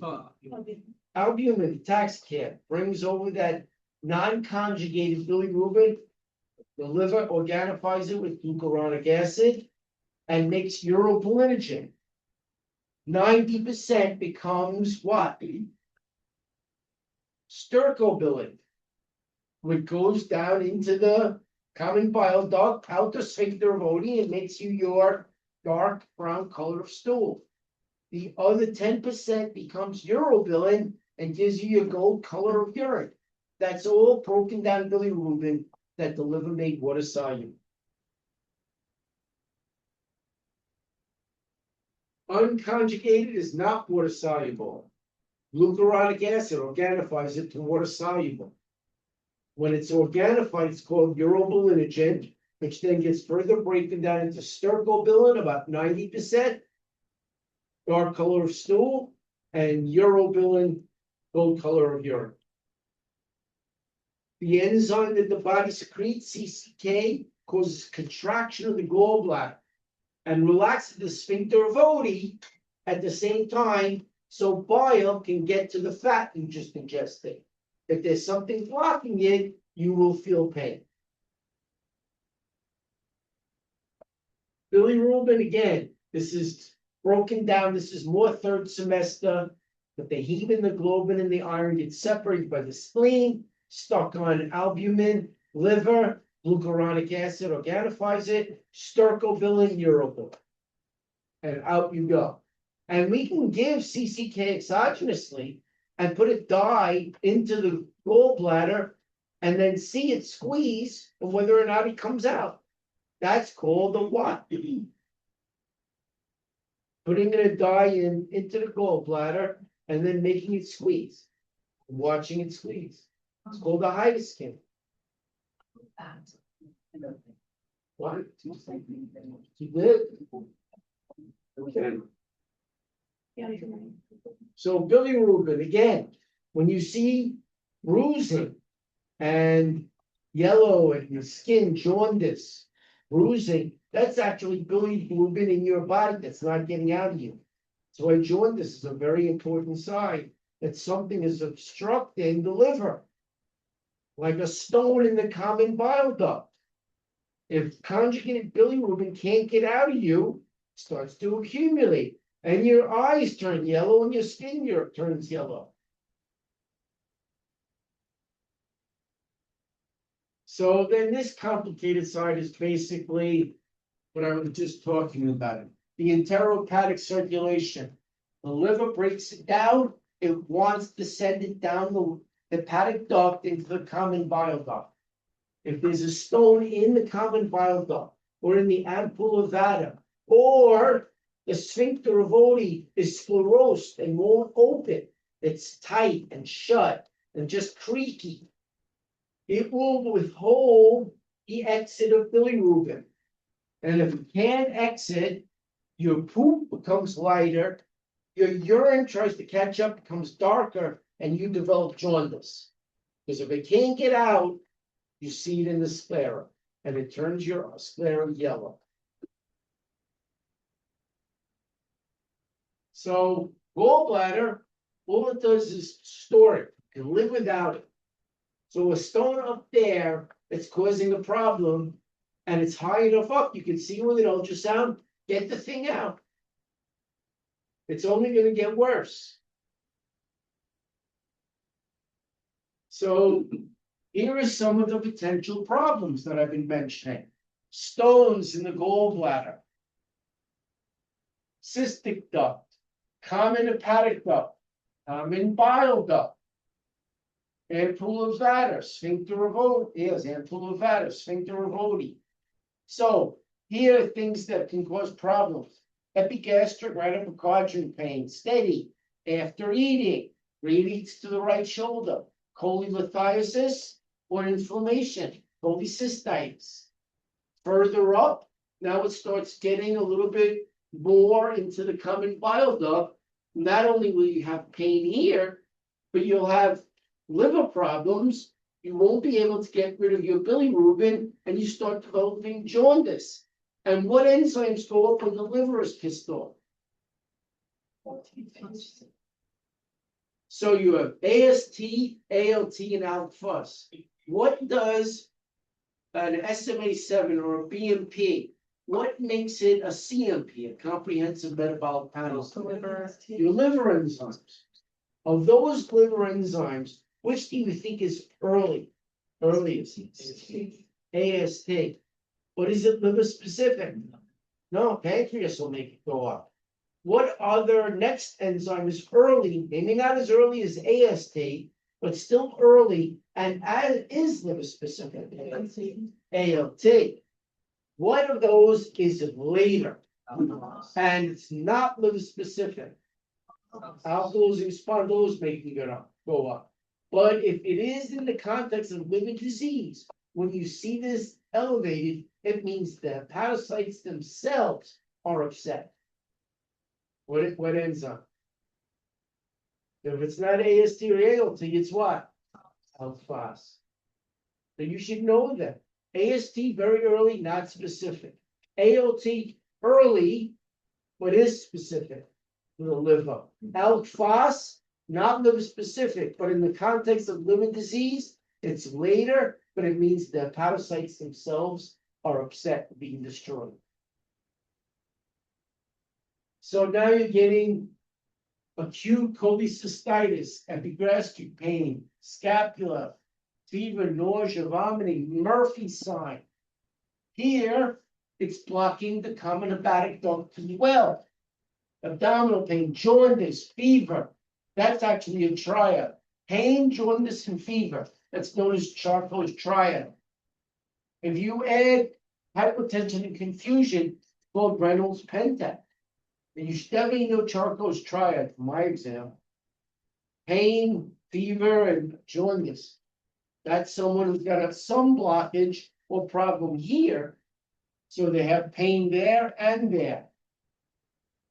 Gallstone pancreatitis, which, according to Dr. Weber, is the #1 cause of pancreatitis.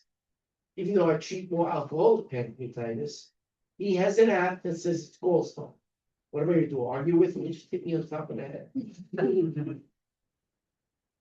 Epigastric pain radiates to the back, nausea, vomiting, elevated lipase. Because now the pancreas can't get its stuff out. Which of the two of those is more specific? Amylase or lipase? Lipase. Elevated ALT, because it blocks everything back behind it. Huge traffic jam. Gallstone pancreatitis. Gallbladder disease, 500,000 or more per year. 20 million Americans have it. They just haven't had their surgery yet. 85% are made of cholesterol, which means lithotripsy is useless. 15% are pigmented stones. Obviously, you gotta know your F's. What are your F's? Already infertile. So please don't be offended. That's not my F's, that's the literature's F. Deaths during surgery. Because there is such a thing as acalculous cholecystitis. So the gallbladder is really inflamed and it's not a stone. That's actually very dangerous. Why is it inflamed? Post-surgical patients sometimes get that, especially if they have what underlying medical condition. Which is a really horrible, and like 3/4 of the population have it. I'm exaggerating, but it's way too much, too many people. Diabetes. Your diabetics get things like acalculous cholecystitis, which really increases the potential mortality. More common in females, there are your 4 F's. That doesn't mean you can't get it at 20, it's just this is the common age range and some other things that you might say, I suspect your pain after eating is cholecystitis. Pregnancy, female, history of stones, obesity, 40+, oral contraceptive use, diabetes screws everything up. Estrogen replacement therapy, which they stopped doing. They used to do that regularly for vasomotor symptoms in menopause. Why'd they stop? Breast cancer is 95% hormone receptor positive. Guess what hormone it ate? Estrogen. Rapid weight loss can also be a precipitator of gallstones. That's a picture of a Sarah. Guess what she just did? She did an open cholecystectomy, and she's working in surgery, and that's what's on the plate. Can anybody function with a gallbladder that looks like that? No, that's why it's out of the patient. Multiple stones. So you can have acute cholecystitis. Everything all right? Google? That was very similar. Acute, chronic. Chronic cholecystitis just means the stone is going back and forth. It's coming out, it's getting lodged in the neck, then it's releasing, going back, and every meal it's coming out. It's a problem. At some point, that gallbladders have to come out.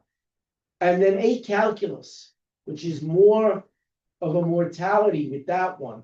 And I'm always suspicious of my diabetic patients. So acute, 80% are due to obstruction of bile from the cystic duct, because it's no place for it to go. It's a Hartman's pouch. Inflammation of the gallbladder, anything more than 3 to 4 millimeters of diameter of the wall of the gallbladder is considered inflammation or cholecystitis, whether or not you see the stone. Most attacks actually resolve, but if you let it go unresolved and the gallbladder pops open or gets an infection, now you've got worse problems. So it makes sense to recommend taking it out. Plus, the more you delay the cholecystectomy, now you may not be able to do it laparoscopically. You have to do it open. And which is less invasive? Cutting them from here to here, or just 3 simple cuts? Why are there 3 when you're doing a laparoscopic cholecystectomy? What are the 3 small incisions for?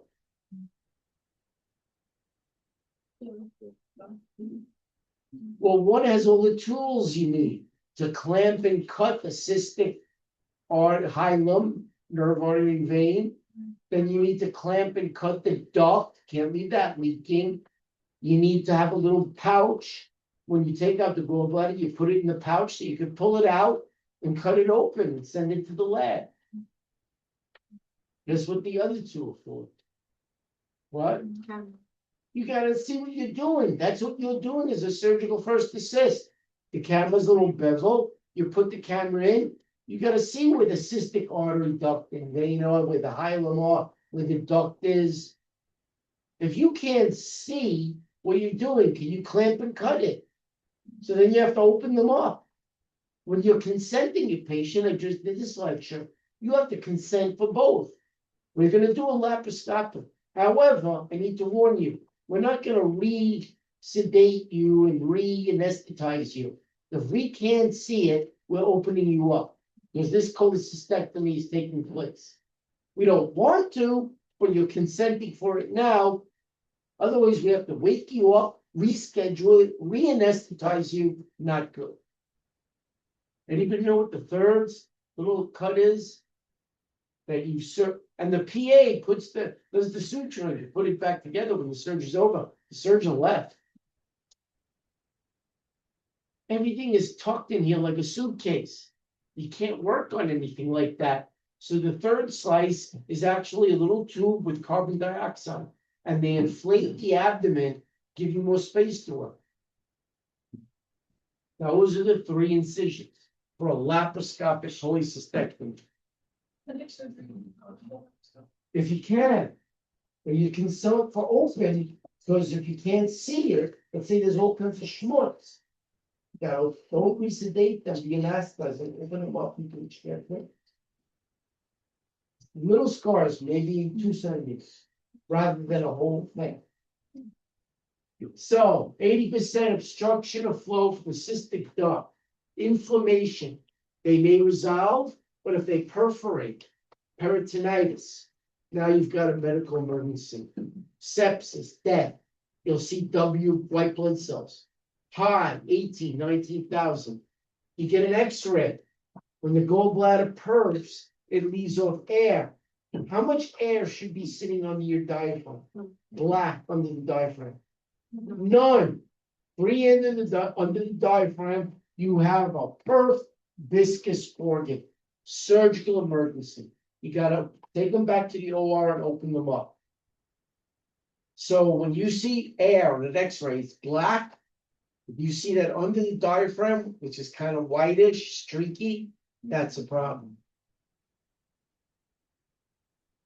Perforation. That can happen 3 days after a flare-up. So always get your abdominal X-ray. Most occur a week later. Other causes, bacteria that blocks cystic duct, tumor of the pancreatic head. The pancreas can be a primary site. It could have a tumor at the head. The gallbladder is right there. It pushes the gallbladder forward. And then you can actually feel it when you do your abdominal exam. How many organs should you feel during a normal abdominal exam? You probably won't feel the liver unless it's inflamed. Same with the spleen. It's none. You feel like a little thing right there at the bottom of the liver, it's the gallbladder. What do you think's pushing it forward? A tumor where? And what organ is behind it? It goes through primary cancer degeneration. It's the head of the pancreas. There's a name for that son. It's named after, well, it's not named after, but it's the same as a liqueur you might find in a liquor store. Anybody? Lavoisier's sign. Lavoisier's sign is a palpable gallbladder, which might likely indicate a tumor at the head of the pancreas. Courvosiers. You know where you're gonna see that again? Every year it's on the boards. Palpable gallbladder, tumor on the head of the pancreas. Lavoisier's sign. So, cystic artery occlusion. The artery has, can you get in a heart attack? Thrombus? Can you get a brain attack, stroke, pulmonary emboli? You can get a clot or an emboli anywhere, including the bowel, the ischemic bowel, or the cystic artery. If it throws an emboli, it'll start to swell and it can cause an obstruction of the duct and flow of bile into your duodenum. So again, abdominal pain in the right upper quadrant, obviously. It can refer, what do we call referred pain on the left side from splenic injury to the left shoulder? Gold-Kerr sign is on the right side, you're thinking gallbladder. 75% of your patients with gallbladder disease have had a prior attack. Right upper quadrant pain. All right, which came first? Now, this is not 100% accurate, but again, you'll see it on your boards. If it's gallbladder, which comes first, the pain or the nausea? The nausea, then the pain. If it's the appendix, which supposedly comes first? The pain. The pain before nausea, think happy. Nausea before pain, think gallbladder. 10%, especially if the stone or whatever obstruction is blocking the hepatic duct, may have some icterus. Jaundice and sclera. Fever makes things worse. Does everybody remember Charcot's triad? Pain, fever, and some jaundice. That's a sign the stone is low enough to block the liver as well as the gallbladder. And fatty foods. How much of a diagnosis can you get from taking good history? 90%. That's why you find out they had the ice cream and it started to hurt right here. And you felt it in their shoulder as well. Murphy's sign is bullshit. If they have abdominal pain, that's what kind of pain? Somatic or visceral? It's visceral. Is visceral pain well located? Everything hurts. You know what else is BS? Rob sings. We teach it to you because we teach it to you. The truth is, if they have anything going on with their abdomen, ischemic bowel, diverticulosis, appendicitis, gallbladder, it's push on it, you're gonna go, ouch. You know what you're gonna get with that? If you have an ischemic bowel, you'll get a positive Murphy's. If you get an appendicitis, you'll get a positive mercury. It's all tightly packed in there like a suitcase. That's why you use carbon dioxide as part of your laparoscopic procedure to open things up. It's packed in there, it's visceral pain. It hurts, it hurts. So Rovsing's, anything in the abdomen has a positive Rovsing's, positive mercury. There's Courvoisier sign. Enlarged gallbladder, either the gallbladder itself has cancer, or even more likely, the pancreatic head has cancer, pushing the gallbladder forward. And it's every year it's on the boards. And it's called Courvoisier. All right, now you're talking about some problems, leukocytosis. Both, anything over 11,000 is some type of infection. So if bile can't get out, I think I mentioned that. If fluid sits in your body and can't get out of you, can't move around, it's a what?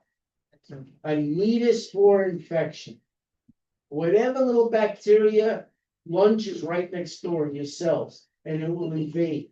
And as it does, your white count starts to go up. And especially which of the white blood cells? Neutrophils.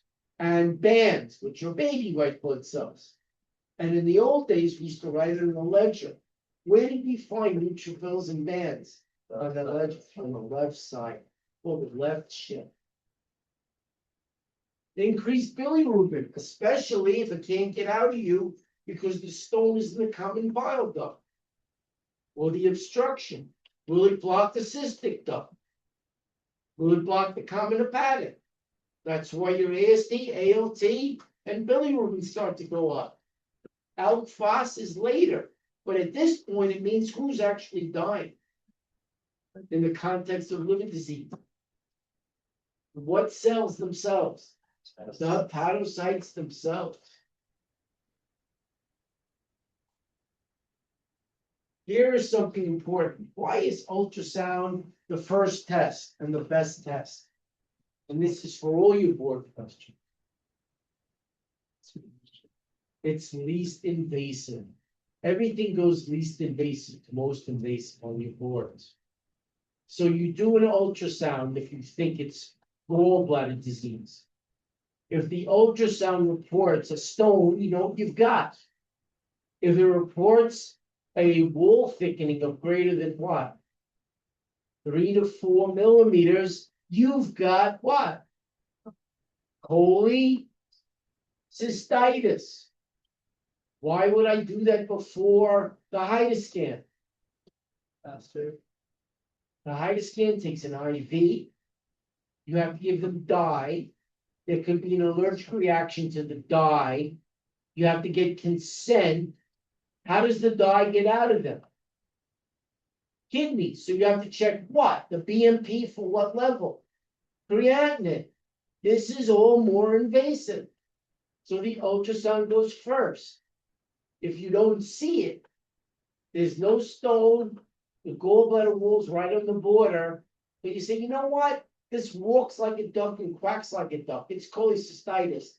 Then you can think about the HIDA scan. Now, what if there is some liver involvement or pancreatic involvement? The ultrasound can't get down there. You did it. It didn't show you anything because it's further down. Maybe you have to go up the back door. What's the back door approach? Your CP. I should give you 3 answers on your exam. 3 similar patients, different presentation. One had elevated liver enzymes. One had no liver enzymes elevated, no icterus, but yet presented like cholecystitis, and you didn't see the stone. You look at HIDA scan. Some you saw the wall thickening. Ultrasound. Stop right there. Schedule what? You got it early. What kind of cholecystectomy? Laparoscopic. You go in and do a laparoscopic, you can't see anything because there's schmutz. What do? Open them up. Does that gallbladder still have to come out? Yeah. Absolutely. That's like 4 questions on your exam. low cost, less invasive, 95% accurate for stones, especially in the neck of the gallbladder where they are most located. 90% of wall thickening, greater than 3 to 4 millimeters. All right? Can it miss things lower down? Absolutely. But then you'll have different symptoms. If the stone is lower down, that means not only is the cystic duct blocked up, what of the duct is backed up?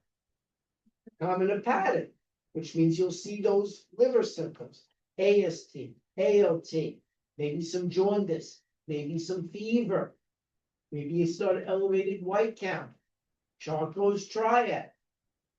So I'm teaching you all this stuff. And there is an ultrasound, and this little juicy thing is a what? A gallstone, cholelithiasis. And every time they eat, CCK squeezes, and what's this area? That's the neck, and it gets stuck right there. You got them early. There it is. What are you gonna order? Or what? A laparoscopic cholecystectomy. Can you live without a gallbladder? Yes. Of course, because every time they eat, guess what happens to that stone? Boom, boom, boom. One day it's not coming out. And now things are worse. Because now bile collects, and that's a needus for infection. So what do we don't know? Why can't we take it out to this week instead of when it's really a problem? Can you live without a gallbladder? What is this class about? Surgery. Take that nasty boy out. X-ray doesn't really help us. Remember, cholesterol is not calcium oxalate. It may show the wall, ultrasound is still better. Why do we still get the X-ray? Looking for what? Because you see that white streaky organ is the diaphragm. What could indicate a surgical emergency perforated gallbladder? Free air under that diaphragm. If you see free air under the diaphragm, I don't know who perfed, but some hollow organ, viscous organ perf. If you're not sure what it is perf, you still send them to surgery to do what procedure? Immediately. An exploratory laparotomy. Can you leave a perf hollow organ in there? Guess what they'll be in 3 days? Dead. That stuff will spill, they'll develop peritonitis, sepsis, and death. So if you see the free air under the abdomen, pick the phone up. Doc, we're doing a surgery. They come in, you're ready, you get a chest x-ray, you already got that, labs, maybe a type and cross, an EKG, scrub in, open them up, and find out where that perf is. You don't, it's gonna be game, set, and match. So free air into the abdomen, that's why you do the x-ray. So ultrasound shows stones, gallbladder thickenings, sludge. If it's lower down, you can't see it, maybe you have to go up the ante a little bit. CT scans are good for arterial stuff. So if it is like a cystic thrombosis, that may be good for the CT scan, but it's not your go-to. The go-to is the ultrasound. The backup is the HIDE scan. And the reason the ultrasound is the better initial one is the goal. This is important. The ultrasound is 90% elucidated. The HIDE scan is 95% elucidative for cholecystitis, stones, lithiasis, and itis, inflammation. So that means the HIDE scan is 5% better. You agree? However, in order to get the HIDE scan, what do you have to do? Consent, BIV, BMP, creatinine, dye. Allergic reaction is a possibility to die. So for that 5%, all I have to do is throw some goop on them and take a little thing and a probe. So I say, you know what? If it brought me 50% better, maybe I would consider it. But for 5%, no invasiveness, guess what the number one diagnostic tool is? Ultrasound. You're only losing 5%, but in the process, you don't have to poke them, test them, wait for them, worry about alert, none of that other stuff. So that's why the ultrasound is first. CT, arteries and veins. Embolization of any of those, if there's an emboli, then you're thinking CT. But ultrasound still number one. HIDA scan, hydroxyimmunodiacetic acid. They inject Tec-9, it goes to the gallbladder. They release some CCK, it squeezes, you can follow it. Whereas it highlights under fluoroscopy, usually in 60 minutes. Sometimes you see the filling defect, because there's a stone. It's 95, 96, 97% accurate. Better than the ultrasound, but it's more invasive. So guess what number one is? Ultrasound. Best man giving acute cholecystitis when the ultrasound fails.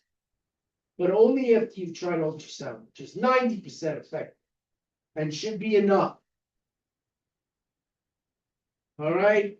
They don't, because of those two things, you don't see too many oral cholecystograms.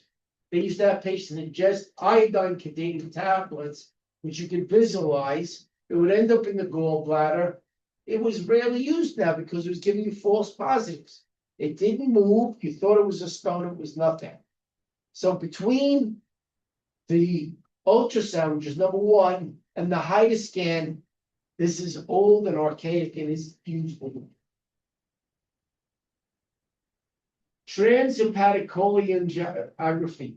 Transhepatic means you got to go in there with a probe. So it's a fluoro-guided needle. It punctures the liver and it's passed into the common bile duct. It didn't really tell us much about the gallbladder. Told us more about the common bile duct. And since you're poking them with a small needle, could you hit a vessel? Could you introduce bacteria? Lots of complications. All right. So it's really reserved for really complicated patients. Not us. So you don't see this very much either. That's somebody under fluoroscopy introducing a needle through your abdominal wall and trying to find the common hepatic duct. Like I said, it doesn't tell them much about this duct and the neck, more the CBD, and there's a lot of risks and complications. So again, ultrasound, HIDA scan, ERCP, go up the back door. And that's the ERCP. I think I'm gonna take a break now, come back in 10 minutes. And we'll do start with ERCP. The back door. Invasive though, still not number one. You gotta sedate them and go down their throat. I know, so it goes by, I'm like sweating, and it's not gonna go back to my teeth. No,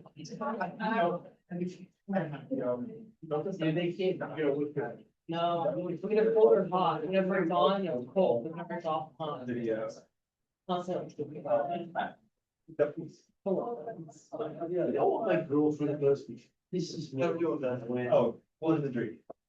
she has like basal nerves. Okay, yeah, that image. She gets really hot and no reason. It makes the house warm. 50 on the air conditioning. I literally woke up this morning and there was like a sheet of ice on the front door, which has glass panes on it. And then it's so cold, she puts the blanket over. I don't get any blanket. I'm like, Like my stepmom, or my dad, she was in the house at like 68, it's like always. that's what She wears it, at least Weather is the 5. That's something at 53. He thinks. And then it's puts the stuff. blanket on. A comforter. I like being cold when I sleep though.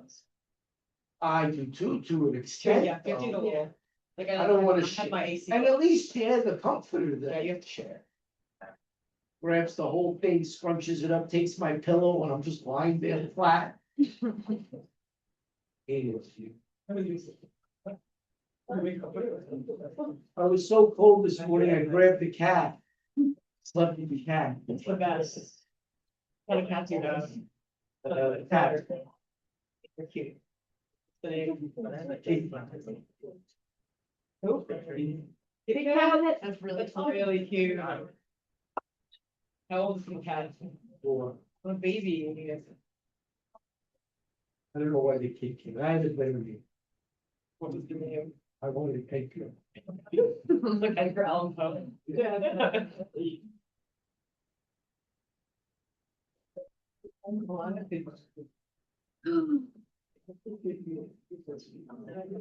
What's your favorite Edgar Allan Poe? Wasn't there one with the pigeon? Ask him the Raven one. Yeah, like I had to. I did. Yeah. Telltale Heart. Wow. Okay. Stellar. Yeah. So juicy. Here, have some. And it was a raven, not a pigeon. I just like, I had it like, I was like, oh, honestly. Pigeons are actually very intelligent. There's always pigeons outside my house. I feel bad, people are so mean to them. I love pigeons. People are so mean to them. Yeah, They think they're. we used to keep them for war, and they used to help us. Then we left them on the street, and now they're domesticated, and they have to be in cities if they eat us. We They're, don't eat them. they're very intelligent birds, they They're very do smart. research. And they're more intelligent than them. Did you see how smart ravens are? It's scary. They have the same IQ as a 14-year-old boy. Yeah. And yeah, no, they're so smart. They recognize faces. They know, like, I think it was like they understand object permanence and like cause and effect. Like if I drop this here, it's gonna land here. Like they understand. My cat does It's that. crazy. I'm fascinated with gravity. Wants to be fed? No. It seems like. He starts pushing things Yeah. closer to the Yeah. edge of the desk. My cat knows all the time. Don't If I know. really don't feed her, off it goes. And the next time. Cleans my desk for me.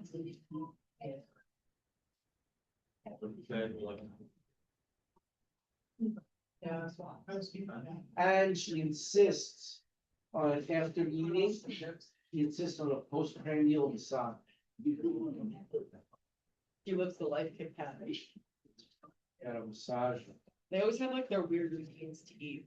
My cat, I have to, once I feed him, he has to get like scratched on his little like post he has, like you're gonna get dependent, and then you have to pick him up and bring him to the food, or else he'll just follow you and try, like you need to like show. And if you don't pick him up and put him there, he like won't eat it. Big cat will eat it from looking at it. I have to turn my back and pretend to look something else. I have to slowly back away. Here's me leave. They're so funny. You have to say, I'm going to make and watch the.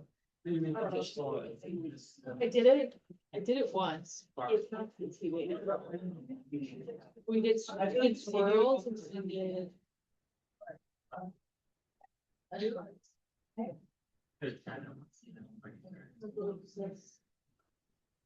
I'll eat your into the fish.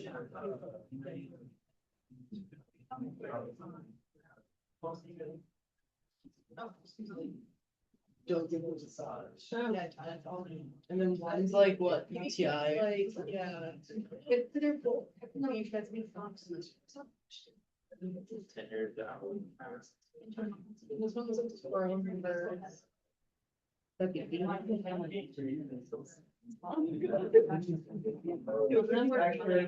the only one that just doesn't remember that?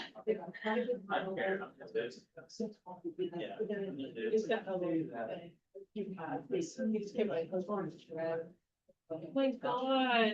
He's like, why can't I get that?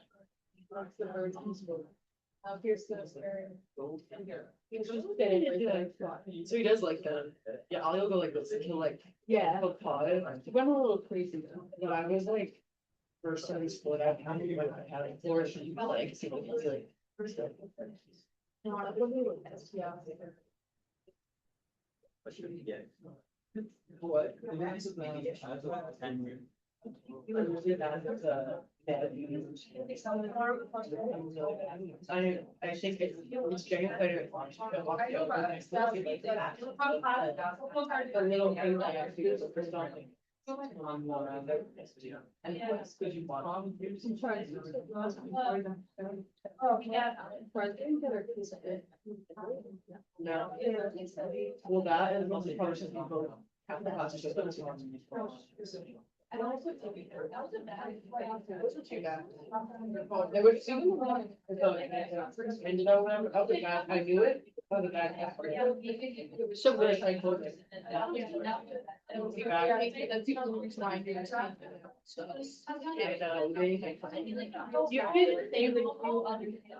Yeah. Just like, I wish there was like an option to like that, and that's what. I wish there was an option where it's like ask more questions. You could also kind of do cross elimination. That's what Like John Metro used to say, with the other two. Yeah, I actually put some like random things in there, like. Yeah. That's kind of how I felt. He was like, I was just. Yeah, I like didn't know, but then I like looked at the other end. Like. Yeah. She had something and like something really good to talk about. I was like underdiagnosed with it. Like. And she really said like, so if you really want me, do that. That's fine. There's like the criteria. Yeah. Yeah, I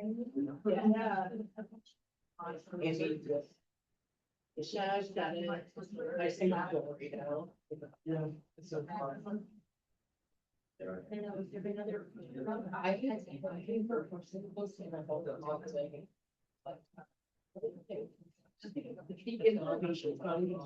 we know that, it's just like, I don't understand it for you, like, I'm like on the fence for my mission, and they think it's supposed to like all the above. Honestly, especially like. You can really like connect the questions too, just if you don't know one, and you're not gonna get those, it's like this, like I feel like. I know. But sometimes having two helps figure it out. Yeah, it can, so if you're gonna say that. Sometimes I'm like, I do know, yeah, Two different things. Yeah. Absolutely. Yeah. The girls like the rest, too, like. I do, it's just really hard to overdose on. But that's one thing. You know, like, what should I do inside recess? I have it on, yeah, I didn't go to side, also so like medical outcome, like, I mean, she's got back tomorrow. Well, like, we have time about that, if she had like, if she hung over and she probably would have taken medicine. I feel like I would have taken it. I think she learns like. Yeah. I feel like, oh, in front of her, is something. Me too, but we know he. Oh, yeah, I know, it's like, I didn't like that. Yeah. I didn't like that either. I was like, I have it now. It's like 17-year-old. I mean, I'm Yeah, no, you have to just see it. She's sweaty, die for it. Few things that I would do at the same time, but the same blood. Nice to do. I'd be more worried. No, you can give them, just give them that good charcoal while you're running. I'm just gonna do everything at once. I mean, I don't think they're screwed up What anyway. if she just? I know you're like screwed. You might. Yeah, that would have. helped us get rolled. Ask for it. Yeah, but. It's a bad idea. I was really not looking at it, so I was like. Yeah. I like the same. Well, that's.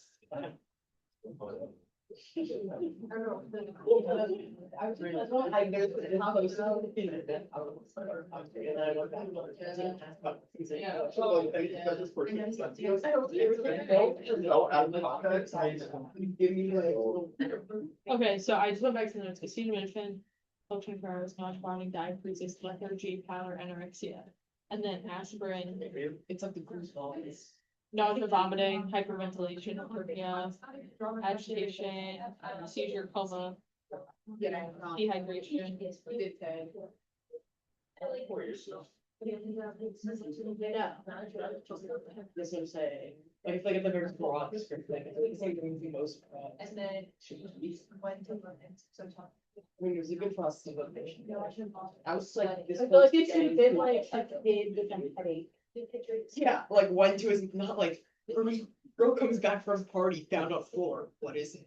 Dude, like, Whatever she had. like, I don't know, right? She was like, good question time. And then the next question was like, What would you wear? You know, like, why would I not do a top street? I said, for him, I thought, just give it a bit. Like, in that world, I'm I'm both fans fans.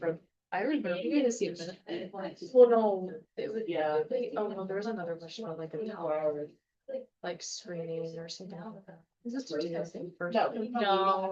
it was like the question, it was the girl, she came back to the party. You know, I didn't. You see the fin and then what like lab do you do? I would just test her blood level. Yeah, but I like, if she came in just like that, I would have talked about it. See, that's why I'm not- I actually chose that. But valid, because you would do it. In the real world. Right. Not in fake life. Yeah, like, a lot of people that were saying like they didn't do that as well. Oh, no, I didn't. Yeah. I'm curious about. Yeah.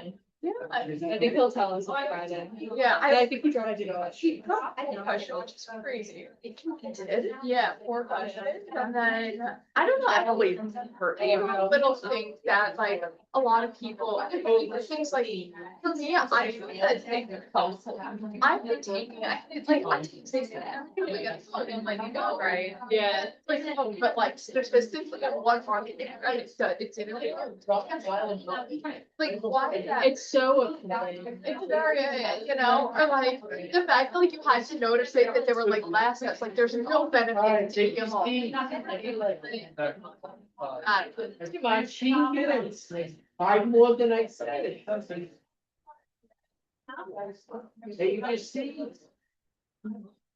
That's kind of like, I.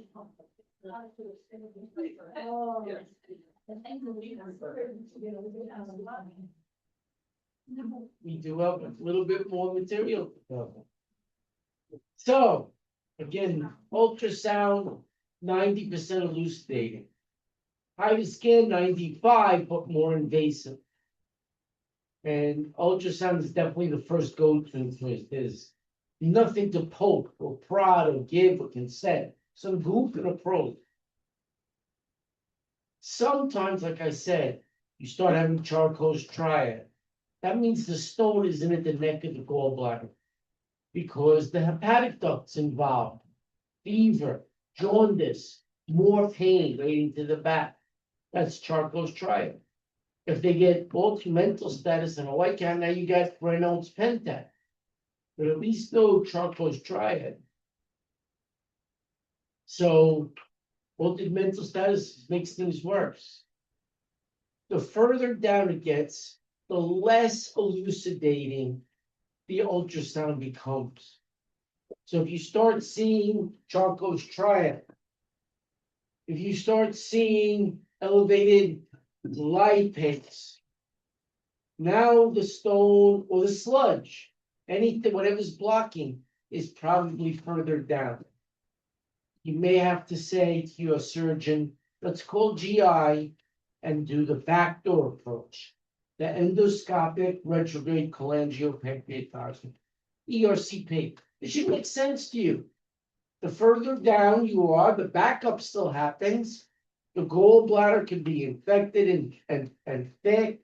The liver gives you jaundice and elevated bilirubin. If it's further down, the pancreas gives you elevated lipase. And now you have to think about the back door. It's a camera that goes in there. It has tools with it. It can not only see what's going on in the common bile duct, what the ultrasound may not miss, may miss out, or the ampoule of Vater, and it can take stuff out. It sees the stone, take it out.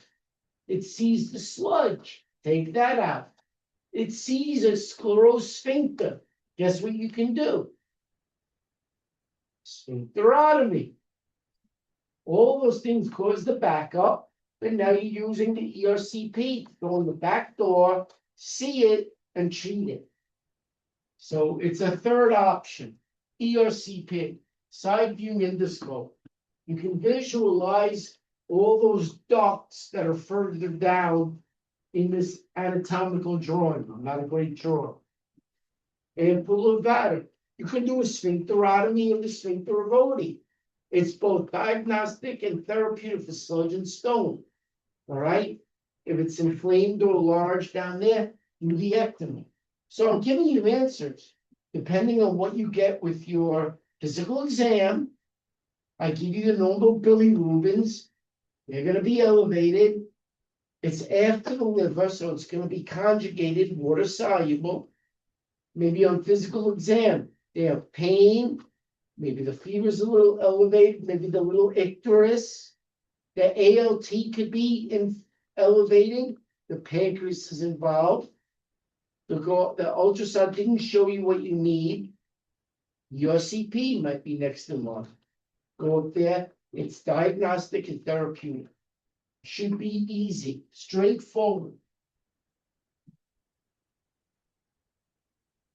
And that's somebody doing an ERCP, going up the back door and seeing the inflammation and taking out the sludge. Again, if it's further down, the ultrasound becomes less elucidating, but then more things happen. The liver gets involved, elevated bilirubin, conjugate. It did its job, can't get out. The gallbladder, it's inflamed. It's back there too. The pancreas is involved if the stone is loaded up. Lipase, amylase, abdominal pain, fever, jaundice. What triad is that? Charcot's triad. So gallbladder, ERCP versus lap versus open. Depends on the patient condition. If there's a perf, free end of the abdomen, you go in there with a camera, you open it up and find that perforated viscous, wherever it is. Open, okay.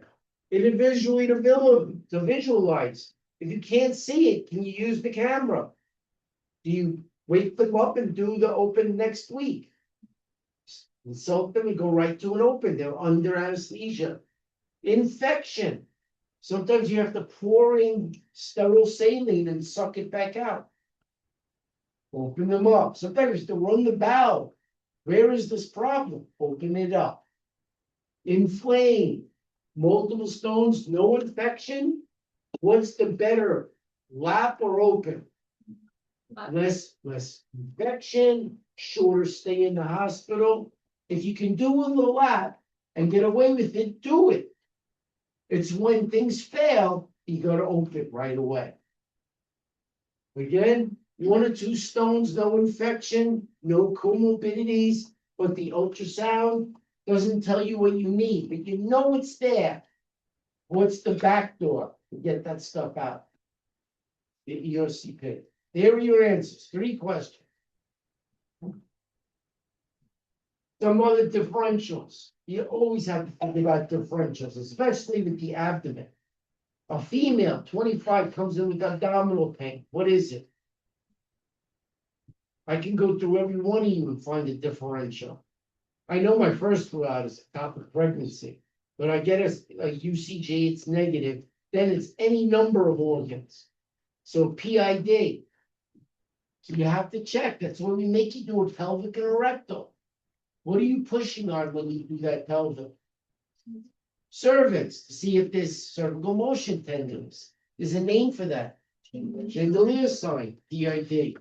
Peptic ulcer disease. Pancreatitis. History. Do you have a history of stones? Number 1 cause, gallstone pancreatitis. The one I treat the most is alcohol. You drink. Alcoholic pancreatitis. Appy, right down here. And all those things we taught you in PD lab are BS. Because if they have acute cholecystitis, they're going to have positive psoas, positive obturator, McBurney's point positive, Rav Singh's, all those signs, because it's all visceral pain. One will mimic the other. If the abdomen hurts, they're going to have all those signs we told you is this, that, or the other.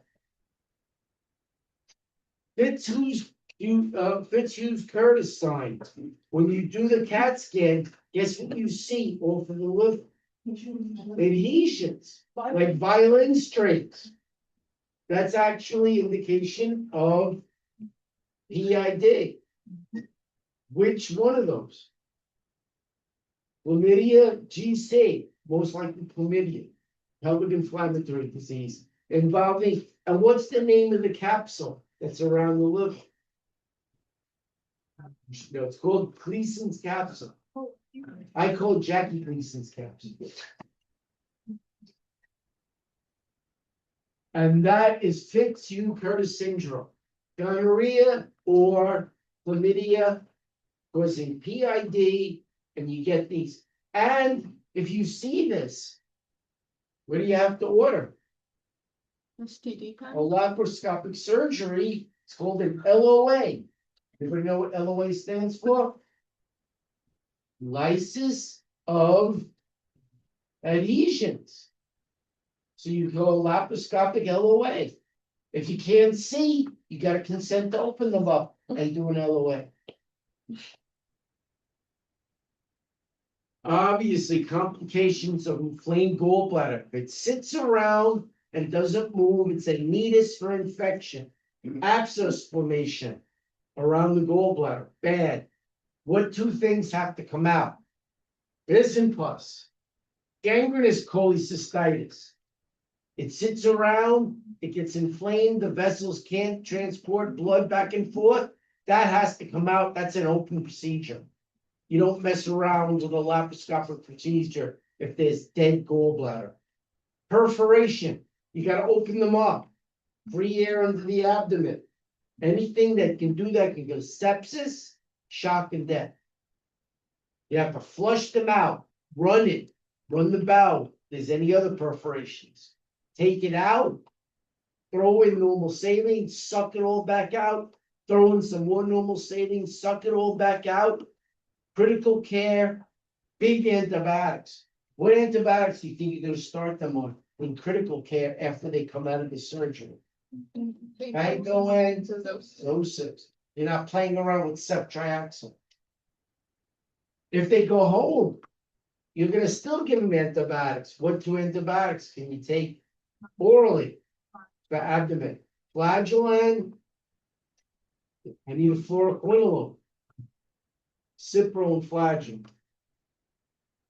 However, you never know what you might have to call infectious disease to get involved, depending on the patient.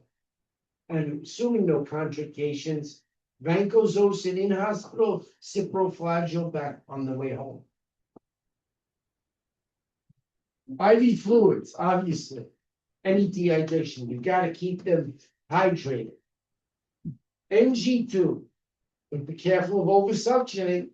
You don't want to throw them into a metabolic alkalosis. Medicine can get complicated. You treat one thing, you cause another. That's a problem. But you don't want them vomiting. If they aspirate, they go into ARDS and die. Decompress the stomach. Get rid of all that bile that's accumulated.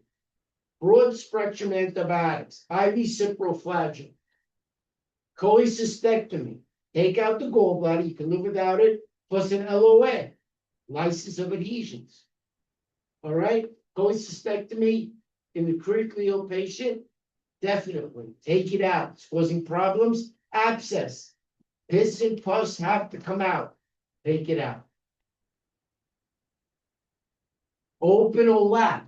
The decision is yours. The surgeons in the OR, you're dealing with these patients. If you can get away with it, do the laparoscopic. 3 tiny holes, you sew them up, the surgeon leaves, you take care of them, and it's only a 1-day admission.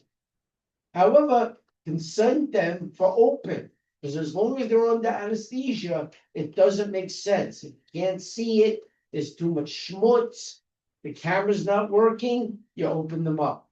If there's free air into the abdomen, you open them up. If there's an infection, if there are adhesions, some other multi-comorbidity, open them up. If you can, laparoscopic is definitely the least invasive, least time at the hospitals. And that's someone who's doing it open. So here's your surgeon. And here's Chris. His first assistant. And he's holding retraction. And that is a big old gallbladder that's green and inflamed. It's coming out.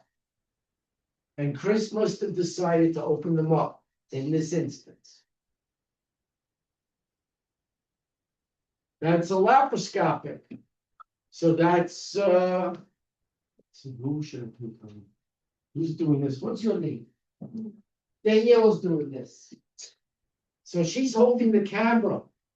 And the surgeon is finding the cystic artery, nerve, and vein. What is that bundle called? Hilum. And where does it come off of? The artery. The second branch off of the hepatic. The first branch off of the hepatic, which is the second branch off of the celiac. What else has to be clamped and cut, Daniela, besides the hilum, in order to take out that gallbladder? The cystic duct, you don't want that spilled. So here you are clamping it with titanium. Who takes out those clamps? If you're gonna close the patient after this. No one. They never come out. You want that to bleed 10 years from now? So they stay in the patient permanently. The clamps that are on what's left stay on the patient. So it doesn't bleed and doesn't leak bile or other fluids. It goes into a pouch, out it comes. You send it to the lab for histology. The surgeon you're working with says goodbye. And what do you do with those 3 incisions? Close them up and tell the patient they'll be home in a day. No. If it's an uncomplicated case. But what did you consent them for, just in case? Because you gotta be able to see. Karen can't see. Open them up, take it out. So lap chole, you can visualize the hilum, isolate the artery, nerve, and vein, and the duct, clamped and cut. Just did that, Danielle. And there's a little pouch on one of the entrances with jewels. Out it comes, off the histology, close each one, done. No complications, get home tomorrow. Chronic cholecystitis. It's the most common. It's just that stone bopping in and out. Repeated minor episodes of obstruction after a fatty meal. It pops back into them. Eventually, it's gonna stick in the neck. But for now, ouch, goes out, ouch, goes out every time you eat. Fatty meal. Biliary colic, pain comes and goes. It lasts minutes to hours. Fatty meal. Vomiting before nausea before the pain.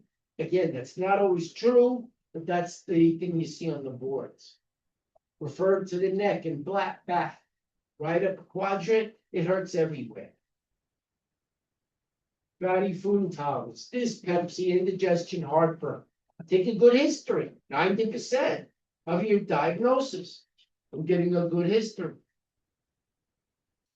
Labs may have increased alk phos if the stone is backing up the hepatic duct as well.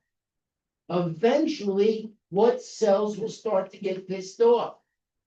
Hepatocytes, and what starts to elevate in the context of this disease? The alk phos. It's late. It's not specific, but in the context of liver or gallbladder disease, the alk phos gets elevated when the hepatocytes themselves are dying. What's the first one to go down? Oh, is that liver specific though? What's also early, maybe not as early, but is liver specific. Okay, I'll take 50-year-old female, substernal chest pain. It could be the inferior wall of the heart. It could be the gallbladder. It's all in there. All right, other labs are normal. Chest X-ray negative, good, no free air. Thallium chest test negative. Their heart's feeling okay. Get a sono. Why not? Ultrasound. And guess what you see? 5 millimeter thickening and a stone. Schedule what? a lap chole before you have to do an open. And there it is. You got it. The radiologist reads it, and there's the neck, and it's stuck right at the neck. And they come and go. Eventually, it's gonna get stuck for good. So what do you schedule? Lap chole. Imaging, first test should be the ultrasound. Again, oral cystograms with the iodine ingestion, they don't do it anymore. The HIDA scan is now 97, 95, 96, 97 effective, but it's not first. Definitely the ultrasound is first because it's less invasive. For 5 to 6%, why not do the least invasive procedure first? Suspicion still present, and you don't think you see the backup with the HIDA scan.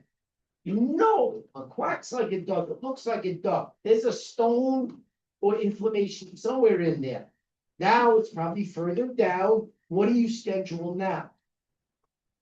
The ERCP, might as well go up the back door. It's therapeutic and treatment. But now you need to consent them, sedate them, put a camera down, get GI involved. So it's more invasive.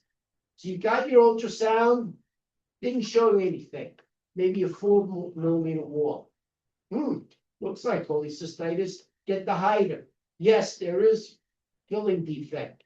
I still think there's something there. ERCP, back door. There it is. Take it out. Differentials, ulcers, hiatal hernias, pancreatitis could be part of this.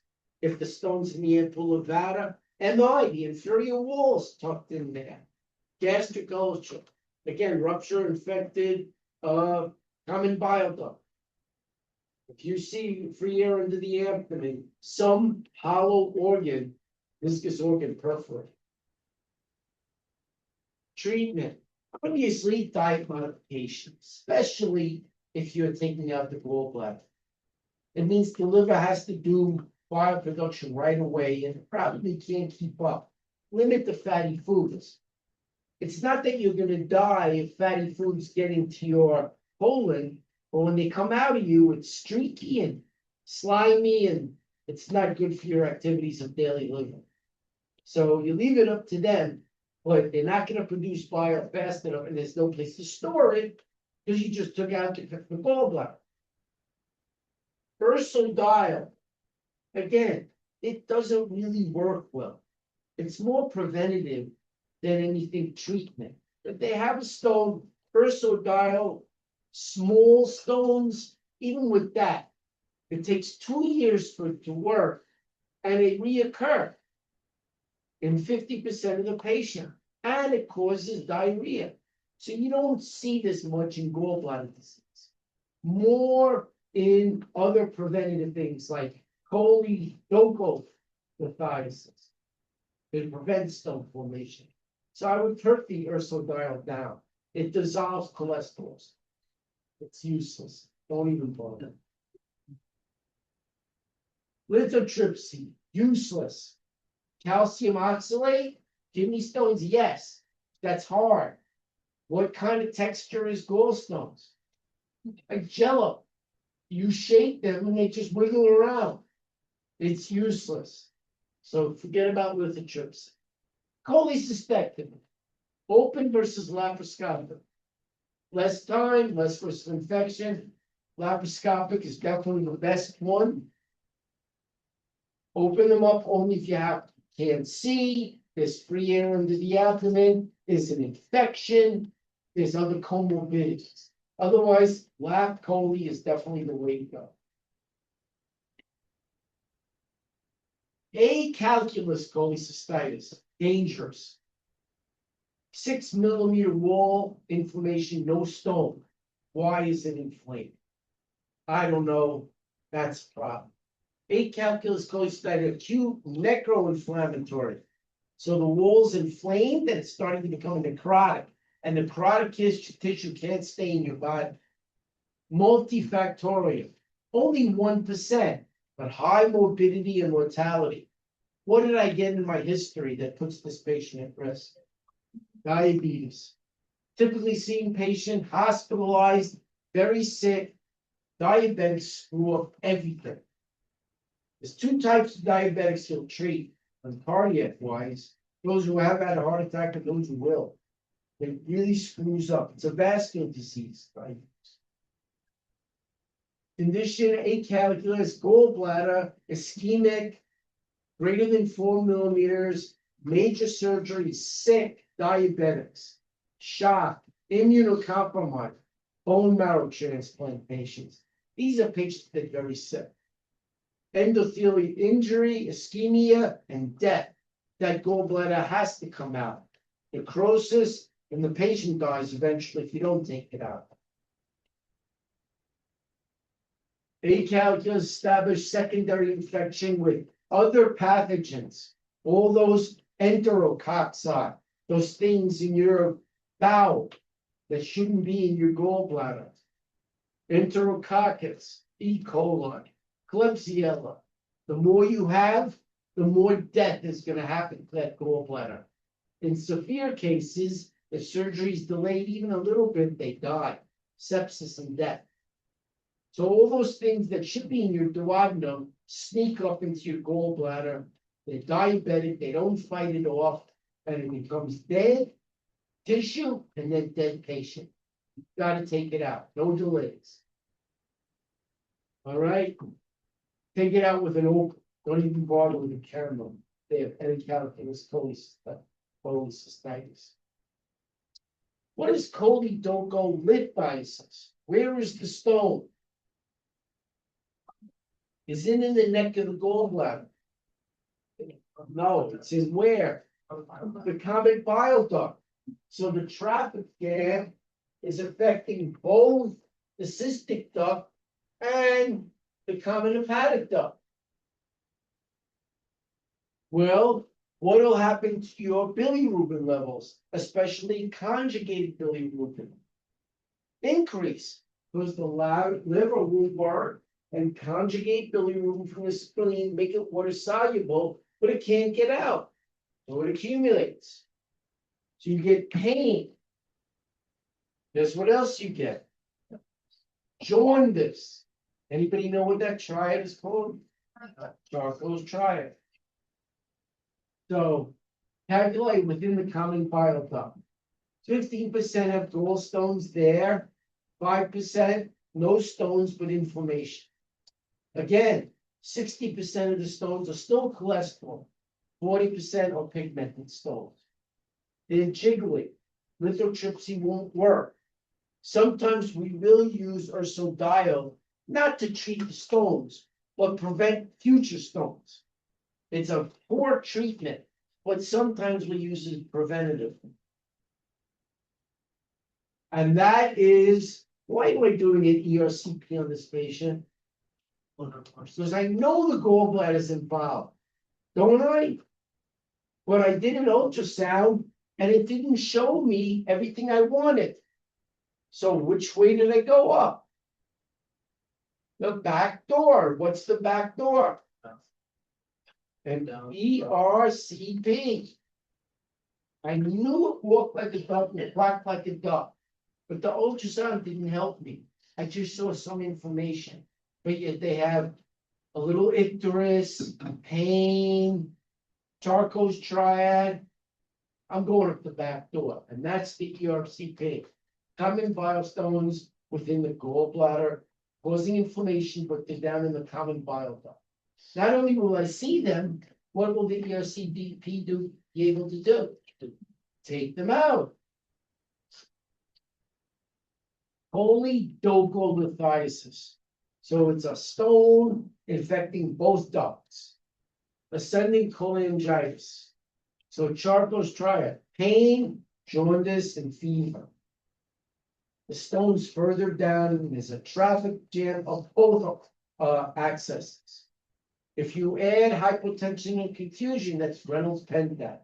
That means it's even worse. It could affect the pancreas. That's even further down. Now you've got what enzyme is elevated? Amylase, and even more specifically, lipase. 50% of patients are asymptomatic, so it's pretty significant. Asymptomatic, maybe toxic. It's relative to how bad this obstruction is.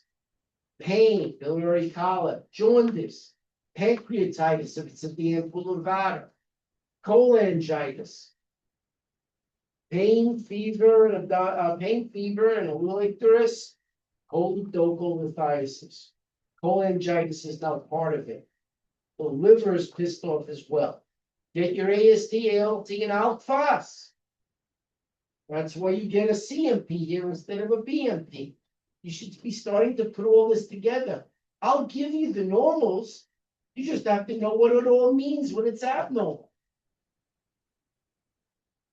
Right up a claim, pain, rating to the back, fever, pain, some jaundice, maybe dark urine, pale stools. If it can't get out, the urine tries to catch up. It gets darker, but the stool gets lighter. Because where does most bilirubin end up as? Stercobilin. Can't make it, urobilin tries to catch up. Itching, pruritus. Very common, I don't know the underlying pathophysiology, but for some reason, people have generalized itch. Benadryl doesn't work. Atarax, hydroxyzine didn't work. Hydrocortisone cream didn't work. Somewhere in the back of your mind have liver issue, liver disease. That kind of generalized issue that nothing treats, I'm thinking liver.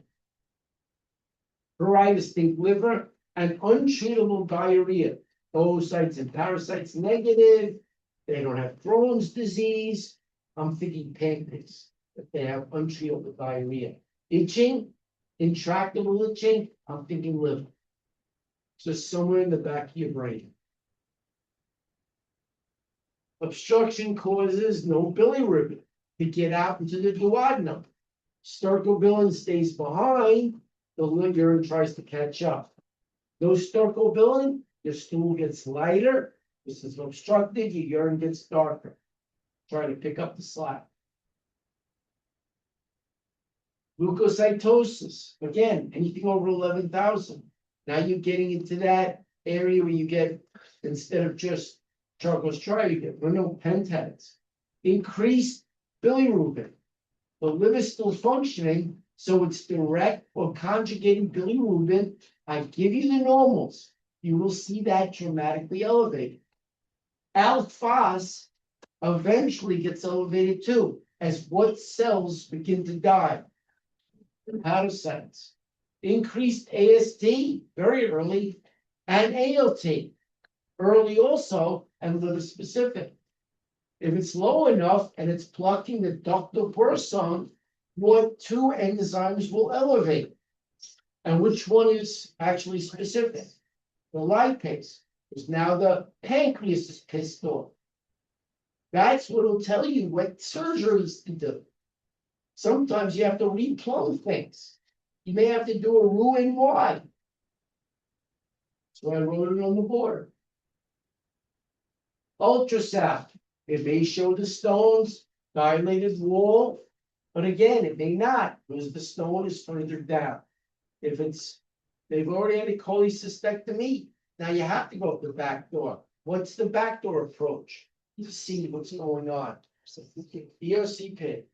That's how you decide what to do, is the surgical first, surgical PA. Broad spectrum antibiotics. If no improvement, sometimes you can also cut open that sphincter if it's all sclerosed, and that's called what? Sphincterotomy. You can do that with the EOCP. Lap chole, if you can. If it's all messed up, you can't see, open chole.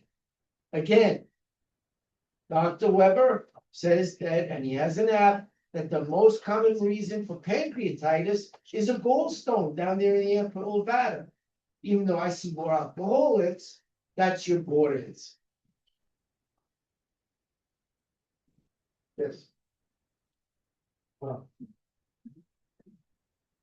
You had a question, Lucian? Yeah, I think both. On the boards, gallstone pancreatitis. I'm not gonna ask that question, which is why.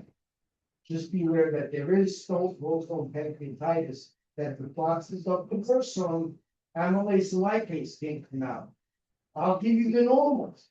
You have to say, hey, I gotta do a surgery here, I may have to do a Roux-en-Y and become it. We're gonna talk about some of those surgical procedures, depending on what you've got. Ascending cholangitis is a bacterial infection of that duct that leads to the liver. If stuff doesn't move, it invades the tissue next to it. All right, box blockage of biliary flow, biliary flow. Could be partial, could be complete. Stricture.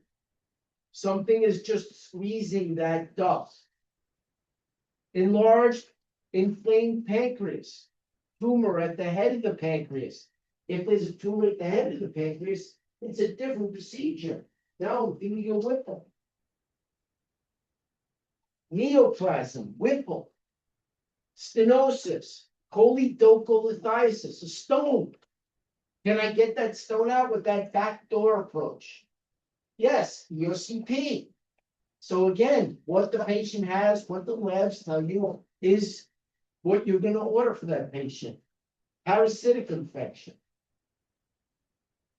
Biliary parasites, again, cause obstruction and dilation down there too. The number one is called the liver fluke. Schistosomiasis. It's very common in other third world countries. Because their water isn't being treated. As a matter of fact, it can happen in America. Good history. Somebody tells you they were swimming in a pond in Louisiana. That's how it gets into you. What? Another organ. It swims up your genitals. It swims up the urethra. And then gets into you. So here, it's not very likely in the United States. But you see it in other developing countries. And it's called schistosomiasis. And it's a flame, because that liver fluke heats the tissue. Ascaris, fasciola hepatica, hemophilia. These are all complications of biliary parasites, yes. But the PRCP, does it have anything to do with like liver enzyme stuff that can verify that you get to the liver, or is it more? Yeah, if I see liver enzymes high, Like alkaline, like it's to do with the PRCP? if I see it high, I see gallbladder thickening, no stone. On the So ultrasound. you do it kind of, you can't see it any other testing wise, then you'll do it. I know something's going on. It walks like a duck, quacks like a duck. I know the liver enzymes are high. I know the gallbladder wall's thickened, but I don't see the So stone. it's kind of like the next test, you can't find it, It's not more than a test. It's actually therapeutic. but you wouldn't do it first for any reason, It's invasive. so you always start on this. I always throw an ultrasound. Now you add some, maybe you add some tests to it. ALT is elevated, alk-phos isn't, lipase is. Where is the stone that you know is there? In the A of V. Ampulla of Vater. That's right, something's blocking not only the liver enzymes, but the ductal ursum. You gotta put it all together, kind of. Guess who that bad guy is that swam up your penis? Because you were swimming in a pond in Louisiana. That's Ascaris. That's scary. Notice what it looks like, actually. Looks like sperm. It looks like a sperm. It's just going in the wrong direction. Ascending cholangitis. Increased biliary pressure, infectious organ is one of the reasons. Positive blood cultures. You'll see it. Aerobic and anaerobic. Guess what antibiotic is actually treating? All those weird things. Why? Charcot's triad. Here it is again. I don't care if it's parasitic, if it's a neoplasm. if it's a cholesterol stone, you gotta think about things that are backing up the common hepatic duct. Pain, fever, and some jaundice. Charcot's triad. What if I add hypotension and altered mental status? Now what is it? Reynolds Pentat. You don't need the whole triad. That's my point. Get the ultrasound. If it walks like a duck and quacks like a duck, and I give you elevated direct bilirubin, throw in a little lipase, I know where the stone is, even if the ultrasound doesn't show it. Then I call GI and schedule what? An ERCP. If I see the stone, I call and schedule what? A lab chole. I order an X-ray. Should I get an X-ray? I see free air under the abdomen. I order what? An open cord. You just answered 3 questions on the exam. Look at the labs. The leukocytes are 18,000. I order what? What surgical procedure? They're 18,000. There's a what going on? And there's an elevation in neutrophils and bands, the left ship. I order what? Open chole, because now I have to flush out the abdomen. We'll talk about whether or not, if it's in the common bile duct, I may have to order a Roux-en-Y. If it's in the pancreas, I may have to order a Custo. We're gonna get to some of these procedures. But you're getting all the answers right now. I can't trick you. That's what you do as a surgical PA. Most common thing that gets up there is E. coli, because that belongs in your stool. It just doesn't belong in the common bile duct. Can you have Enterococci, Proteus, Bacteroides fragilis is number 2. What 2 bacteria live in your colon, but they don't belong anywhere else, and they help you absorb water? E. coli and Bacteroides fragilis. It's when there are other places, like in the common bile duct, that it's a problem. Ultrasound, get it. But if I don't see a stone, I see Charcot's triad. It's walking and looking like a stone. I just don't see it. Where is that stone? Common bile duct. Can I go in and get it? ERCP. Percutaneous cholangiogram, again, that fluoroscope guided needle, lots of invasiveness. We have the ultrasound, we have the HIDA scan, you have your brain, and we have an ERCP. Broad spectrum antibiotics, obviously you see an elevated white count. They're staying in the hospital, probably in critical care, vancomycin. If you get there with the ERCP and that sphincter is all sclerosed and tight, stay there and do what procedure? We'll have GI do the procedure, or what? Sphincterotomy. Laparotomy, again, 6 to 12 hours. You may have to open them up and run the bowel if you see an infection.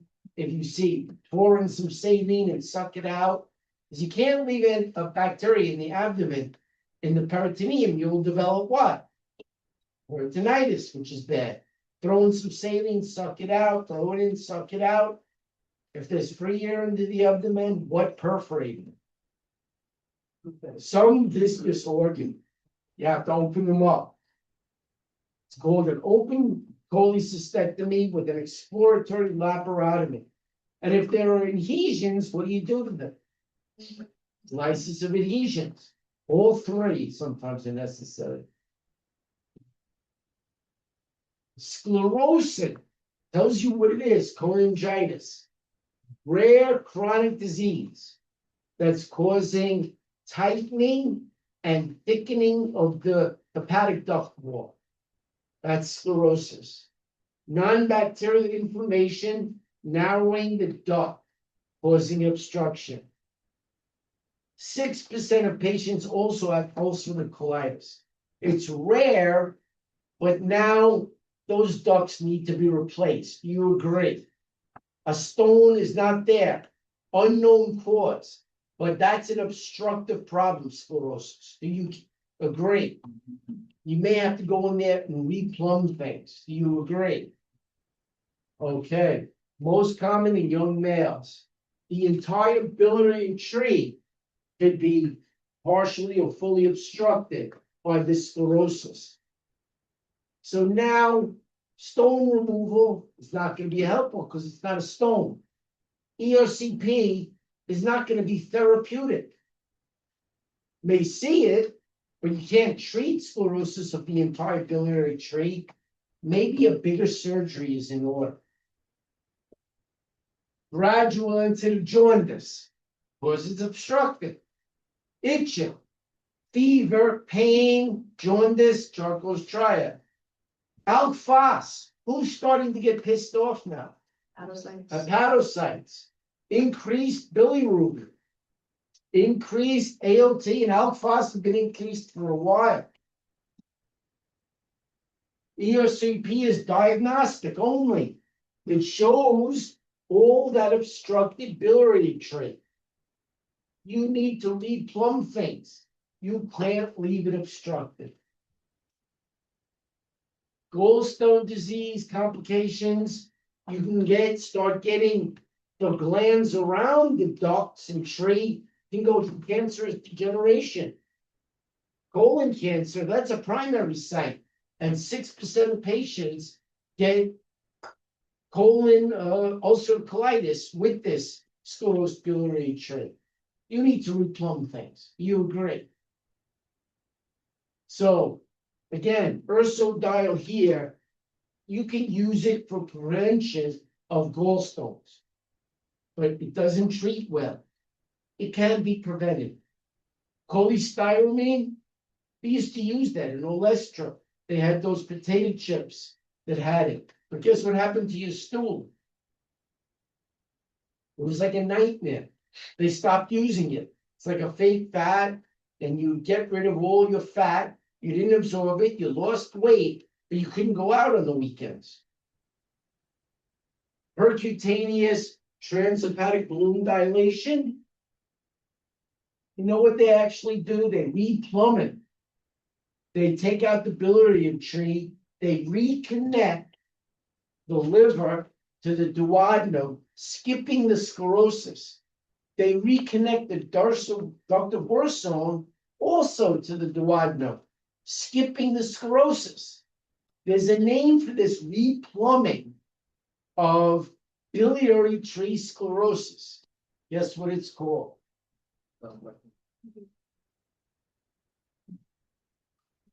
It's a Roux-en-Y.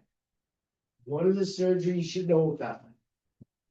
The whole biliary tree is sclerosed.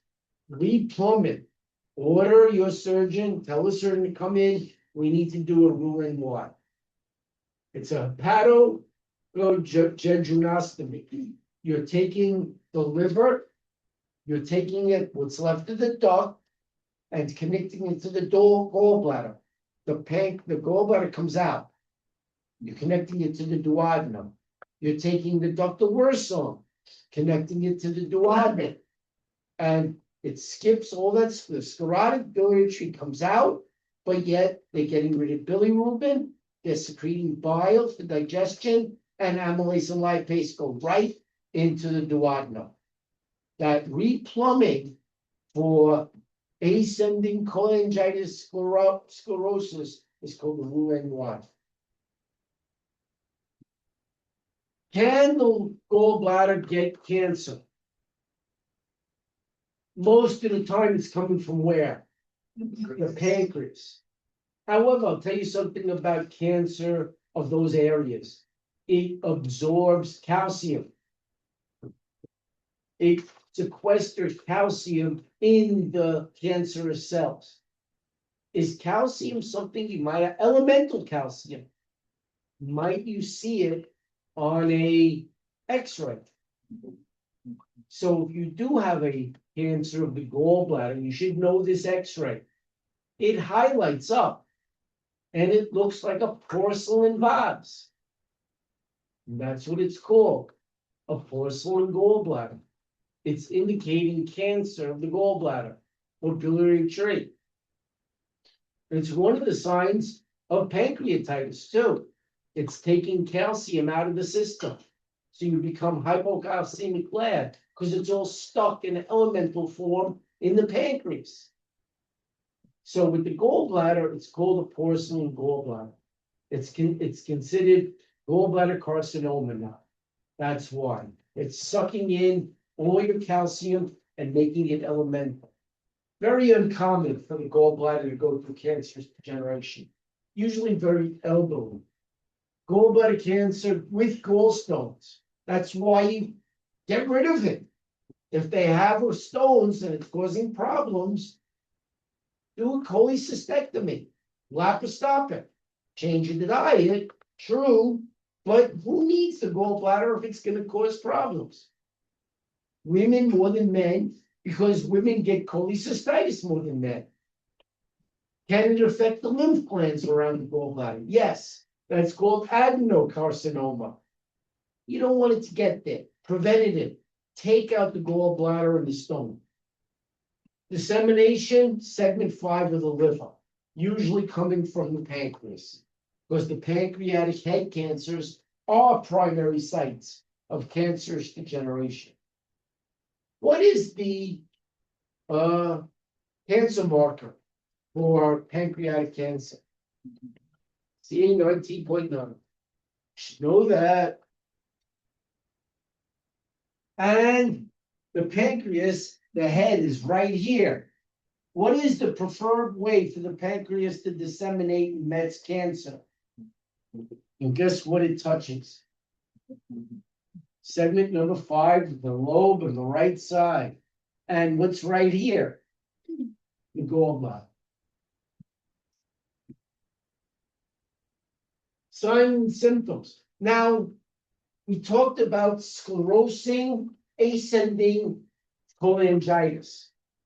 You need to replumb the cystic duct, take out the gallbladder, put the cystic duct, you still have to get rid of bilirubin, to the duodenum, take the ductal Wirsung, take out the sclerotic stuff, put it right to the duodenum.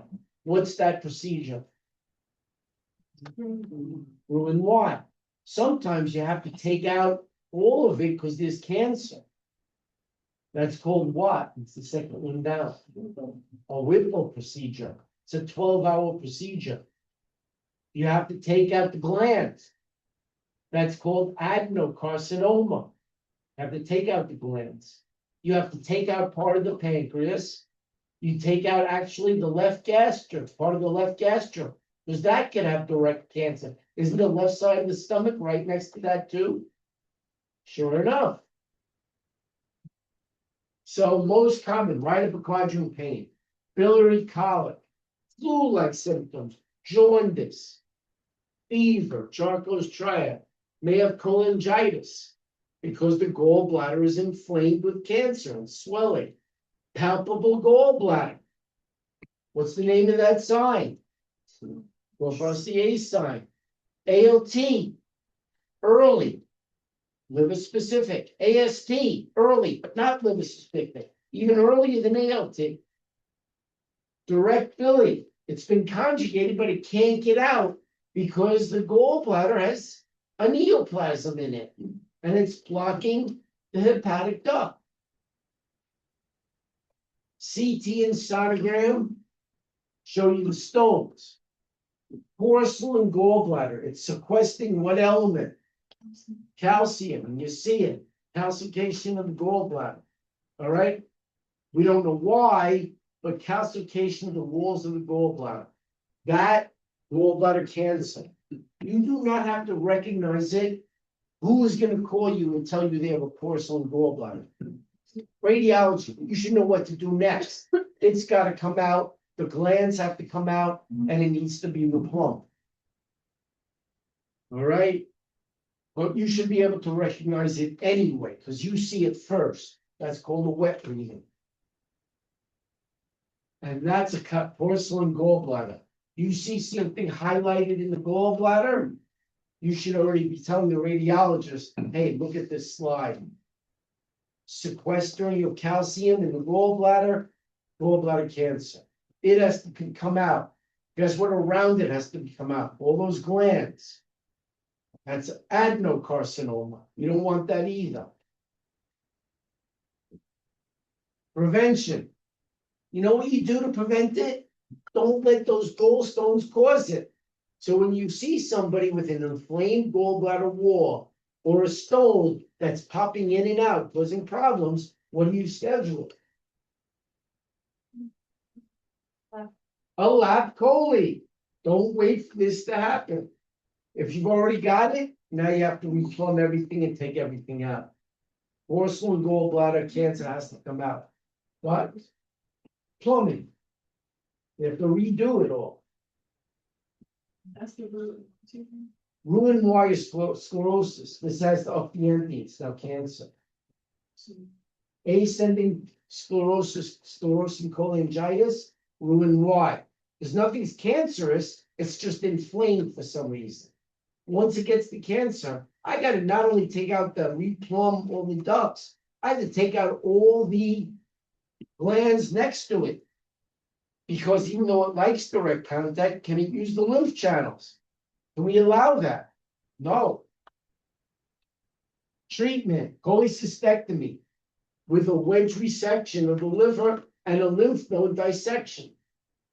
All right? Common bile duct has to be taken out.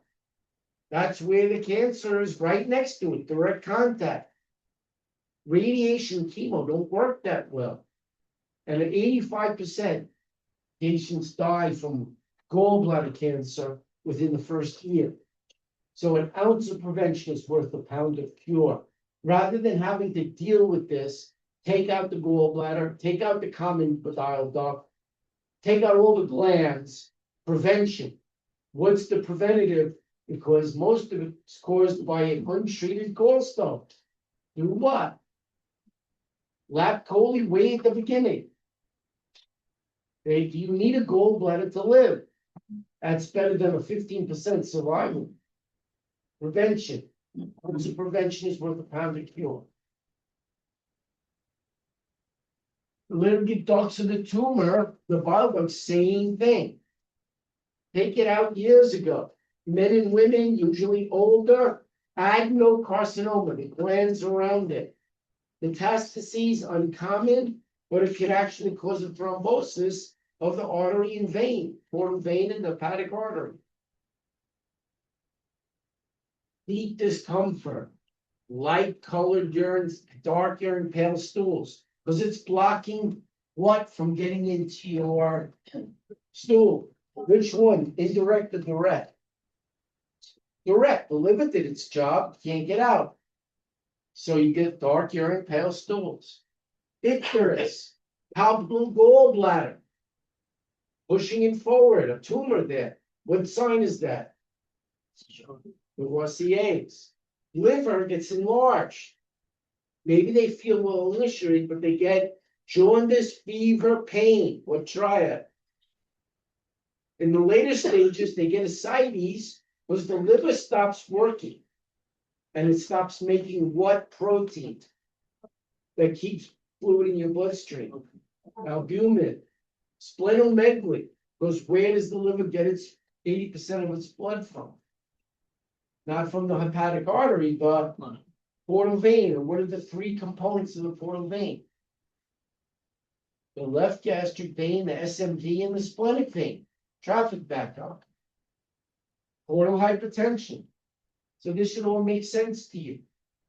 If you've got a cancer of the common bile duct, a porcelain gallbladder, you've already missed the boat on getting that stone and inflamed gallbladder out. Serum bilirubin, again, direct, most likely high. Direct greater than indirect. Now you get an increased alk phos. The hepatocytes themselves are starting to die.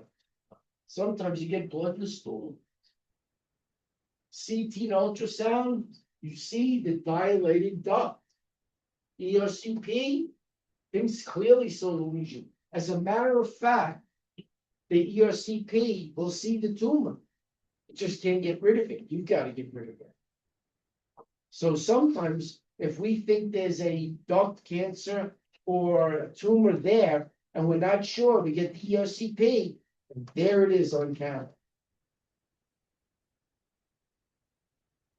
Laparotomy.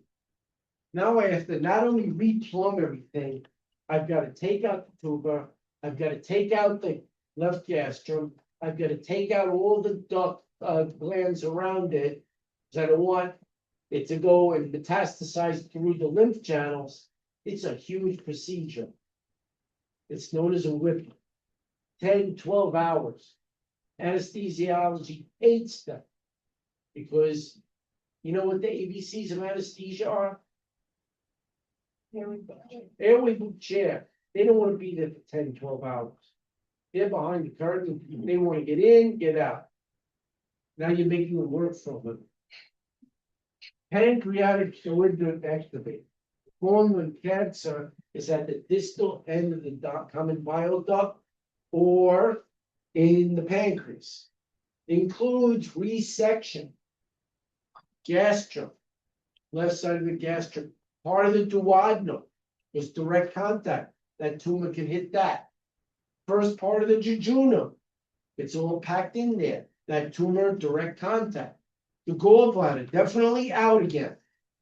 Distal common bile duct has to come out. Head or neck of the pancreas. Direct contact. All right. And adjacent regional lymph nodes. You don't want it swimming to other organs through the lymph chain. So it prefers direct contact, but can it use the lymph system? You leave it behind. Can't allow that. Called the Whipples. Whipple, complete replumbing, resection. Duodenum, common bile duct, pancreatic duct, gallbladder comes out, regional lymph nodes, part of the gastrum comes out, everything that's stuck there that could get metastasized through direct contact.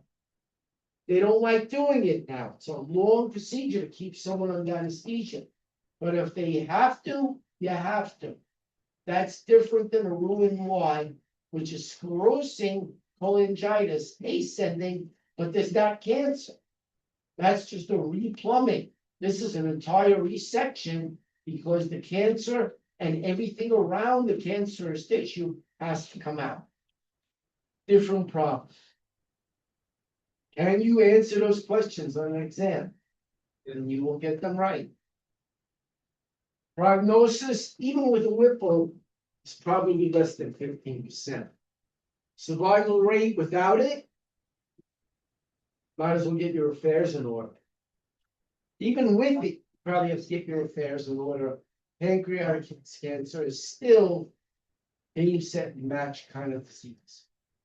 There is a lot of research with pancreatic cancer.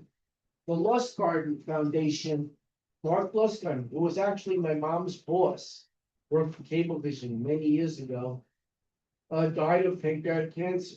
So they tried to turn that tragedy into something positive.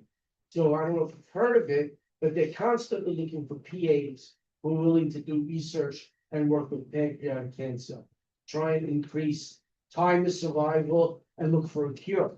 And they found a protein recently, right here in Long Island, that they found correlated. I have the article. Where is that article? See, here it is. If you want to see this article, lab finds probably pancreatic cancer protein that they're trying to block that protein. They found that a lot of people with this protein develop pancreatic cancer. And if you can block its expression, you reduce people from getting pancreatic cancer. So that research is actually being done. I can show you the article right here on Long Island. And PAs who are willing to work at that are in very high demand. Very famous people. I don't know if you know who Patrick Swayze was. Okay, he was in the movie Dirty Dancing, Ghost. I happen to like that movie a lot. Pancreatic cancer. He's a young, healthy guy. So that's why it's more than just a replumb Roux-en-Y. It's a complete resection with. And that's how I put it on the exam. Reed plumbing is like a ruined Y, or Whipple is like an entire resection. Gallstone ileus, where did that stone end up? In the small bowel. If it's in the small bowel spasms, and you can't move food around. A lot of ileiuses are post-op ileiuses. If you abdominal surgery, they don't poop for a while. You get them to walk. What else can you get that'll encourage? What 2 things do your patients need to do before you can say, hey, you can go out, you make a discharge? They have to eat, they have to do what? They have to poop, but they're not pooping. You don't want them in the hospital for 4 or 5 days. The hospital is a terrible place to get well. Walking, what's another thing? I carry a pack with me all day. I like to chew it after a meal. Chew and go. Increases peristalsis. So my surgical patients, if they're not pooping, they have a post-op ileus, I'll give them a piece of gum. Well, having a gallstone down in the small bowel can cause an ileus. So gallstone ileus, infant can cause a mechanical bowel obstruction. Usually elderly patients, impaction in the biliary until fistula, delayed symptoms. Because it doesn't get there easily. Very high mortality. So again, you have to have suspicion. Why do they have a post-op ileus? Maybe it's a gallstone that they had that's now in the small bowel. Guess what you have to put down? You have to do it as the surgical PA. If there's something blocking it, causing an ileus, things back up and they vomit. If they inhale, aspirate vomitus, they die from ARDS. So say what you do. Put that in NG tube, but be careful of what? Too much. Iatrogenic metabolic alkalosis. So don't put them on like super suction. Maybe an interwingular wall suction. And then you have to say, what's causing this ileus? And get a CAT scan. And if you see it, you have to go open surgery. Can it stay there?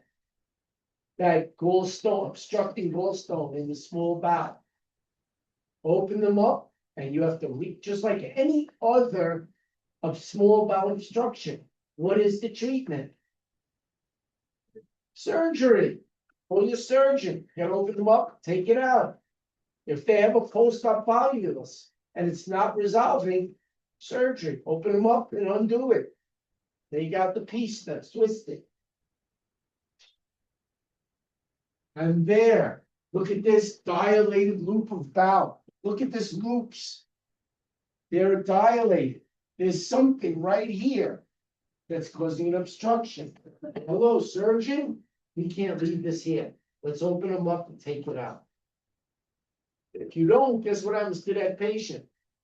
They die like a volvulus. Like a small bowel obstruction.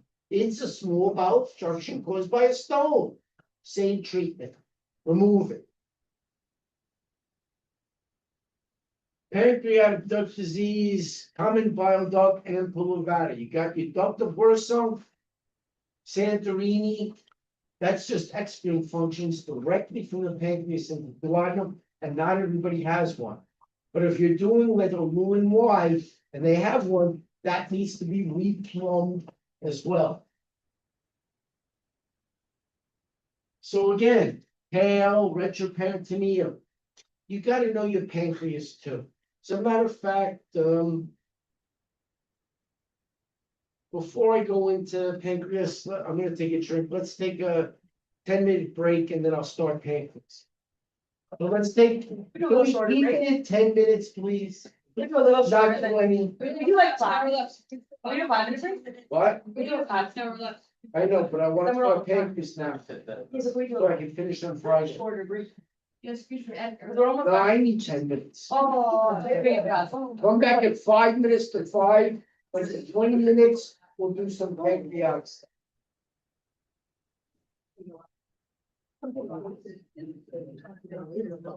You know, I don't wanna lose my voice, then I'm screwed. Oh, no, I got up like, If that's enough for you. oh, no, it's not. It's never good. Whatever. It was like, Did it just like pop or something? yeah, I cracked, something cracked. You want to Like, crack your back now. Like, no, when that person, like, he like does this, he does like the whole. Like, oh my god, it's so creepy. It's so like, please stop, you're like hurting yourself. I don't, I would never go to a fight. I hope not. I just wouldn't. Especially Saturdays and I don't know which one best goes next. Like, oh, you're ridiculous. I'm like, good luck. You know, there's actually a thing on top. It's actually because they're, I think one of their like was arteries like real artery. Yeah. Like, what was that called? Knockout, taking this and getting physiologic, maybe finish that and shot. Hey, let me know if it. Yeah. Why? Yeah. Yeah.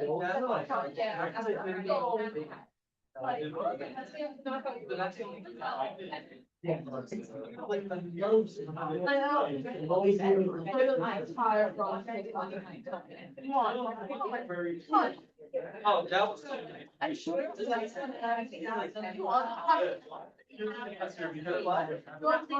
I literally.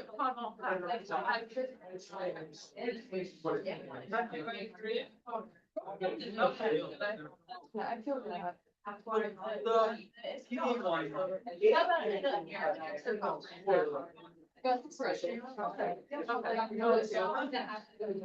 Thank you.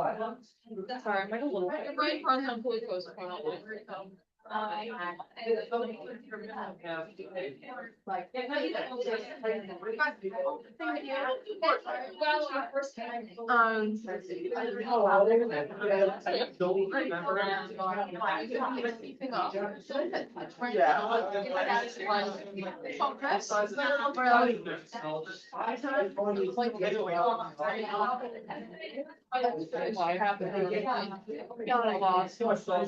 But I do be. It's a lot.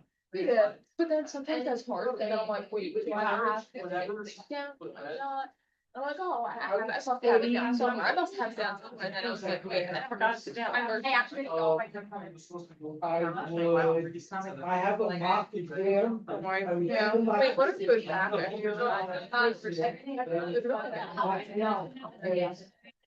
Questions I ask. I can't change before me. But if you don't know what it is,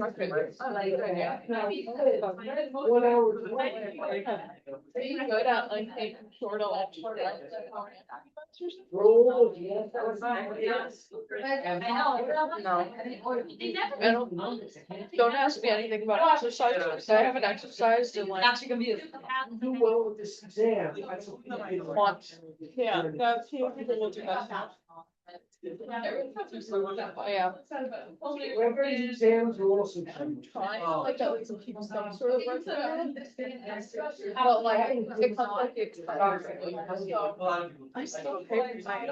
I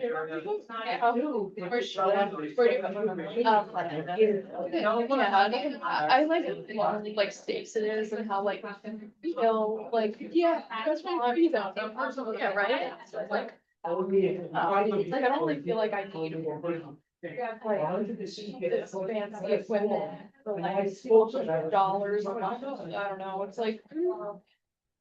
I just want to like try to. Sorry,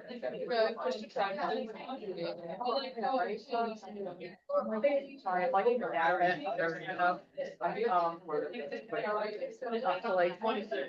after that, I'm gonna have to like, we're gonna all have to study. Obviously, Here.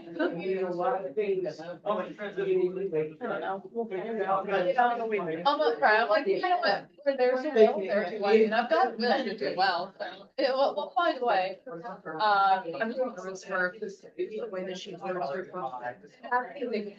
Right, it's not the content, it's like, the content, but not every time. Yeah, I got that right, I was so annoyed, like, The worst part is. definitely, like, I switched the answer for like the video. Oh. He did. What do you think, press initially? Oh, you, maybe, right? And then like, because I saw like, and then I was maybe like, smell like the odor. It really, like, felt like the grams. Oh, no, that's different. Yeah, there were both touched, and it goes around saying. Stupid. I went right on me, but that's why I was like. But I shouldn't have done that because I don't know why. I think I'm not bad. I think that's how you said it. I don't even know like that. I don't even know. Sorry. Like, I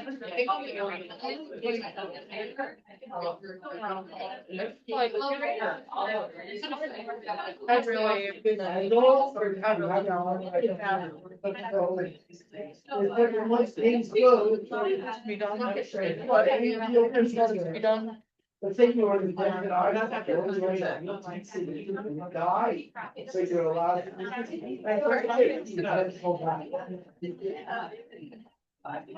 Just. Oh. I think. I. I post. Yeah.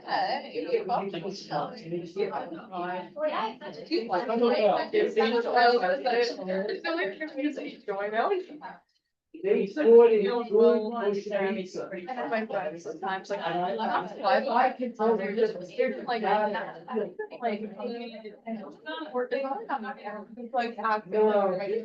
like going out all the time. These things are like from this like same weekend. Birthday weekend. This was like a random weekend for like celebrating my friend. Oh, that was at EMS. I don't know. Wait, I did it. Oh, what is that? Just another one somewhere. July weekend, like I just. Yeah, that's July. I know. Oh, I mean. I won't think I would buy my quality sale. Yeah. Might be exactly. Oh, wow. Like you. Yeah, I think I was like, wow. I don't like this. People don't let it be so really yourself. I mean, they got it, but you know.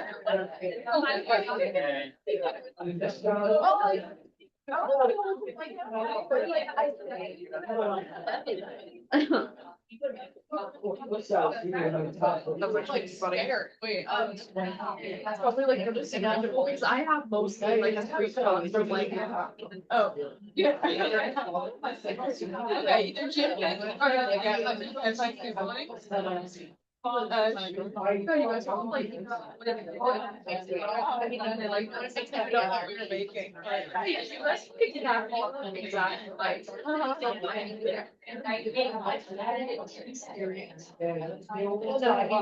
yeah, like, what the actual heck?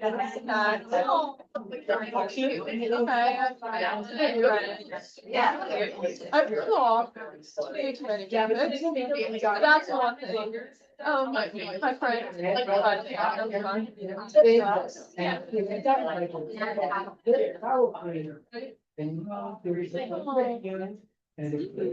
yeah, so me and her a little bit.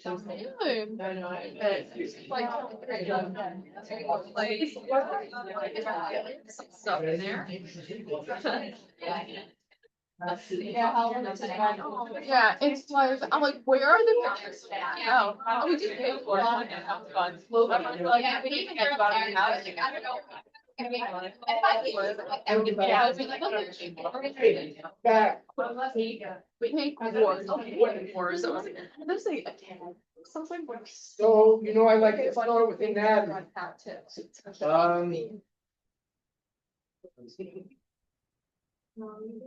So pancreatic stuff. Again, you're gonna be the first assist or you gotta know your anatomy, where the pancreas is, what it's touching. What segment of the liver does the head of the pancreas touch? Segment 5. You should know that. You should know the ducts. You should know that it's both an exocrine and endocrine gland. What are its endocrine functions? What cells secrete insulin? That's lower blood sugar. What cells secrete what's the other endocrine function? Glucagon by the alpha cells, which raise up glycogen stores and raises blood sugar. What are the other endocrine function? Somatostatin, which is a smooth muscle relaxer. You should know these things. What are its exocrine functions?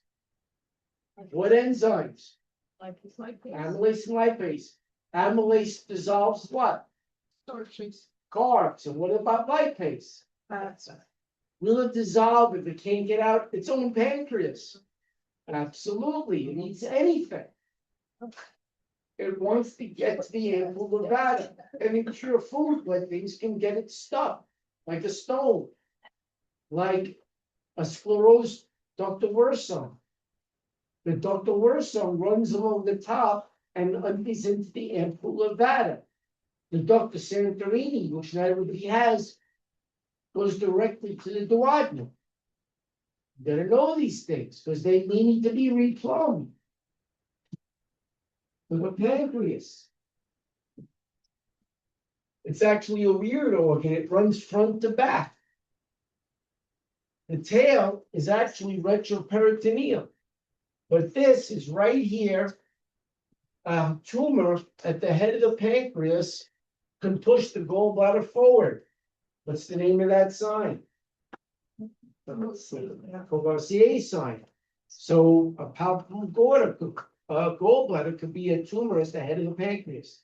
You'll see that on the boards. So you gotta know about the Roux and Y replumbs the duct. Whipple takes out this gallbladder, the glands around it, the left side of the gastrum, because now it's a cancer. So tail, retroperitoneum, head, body, the ducts, Wirsung runs along the top, major duct of the pancreas, from the tail to the head, going into the ample levator. Santorini is an accessory duct, which not everybody has. Goes, sometimes it has to be replumbed if it's there, from the pancreas right to the duodenum. Exocrine functions, amylase and lipase, 3 esters. Endocrine functions, insulin, the beta cells, glucagon, the alpha cells, somatostatin, the delta cells. Basic physiology. Pancreatitis, by definition, is a non-bacterial inflammation of the pancreas caused by the activation of those enzymes which are digesting itself. Something is blocking it, alcoholics, gallstone, number 1, could be sclerosing of the ductal Wirsung, but it could be acute or chronic self-auto-digestion. That's why you can't eat the lobster 3 days from now. It will eat itself in its shell. You'll have nothing but shell. Acute, sudden, non-bacterial inflammatory disease causing autodigestion by its own enzymes. So you have to think about this. And there's a criteria that tells you how bad it is. Does anybody know what that criteria is called? It's called Ransom's criteria. 6 things to look at on admission. They go in, and there's 5 things to look at in 48 hours. And it tells you how bad a prognosis you have in this pancreatic condition. And on my exam, there is a Ransom's criteria question. But I'll give you a mnemonic you can look at. It's called Gallo Chops. And it'll tell you how to calculate. You get 1 point for each. The higher the score, the worse the prognosis. Gallstone pancreatitis. Again, I see more alcoholics. But according to Dr. Weber on your boards, what's the most common cause of pancreatitis? Gallstones. He has the app. It sequesters calcium. So you get more elemental calcium in the gallbladder, but less ionized. So you actually become hypocalcemic symptomological. So you get calcium. It's the actual C of CHOPS. 2 days later, 48 hours. You can have post-op pancreatitis, usually after doing one of those other surgeries, like a Roux-en-Y. You are messing with you're replumbing the ductal bursum. Can it get inflamed and thick? Now the amylase and lipase eat what? The pancreas itself.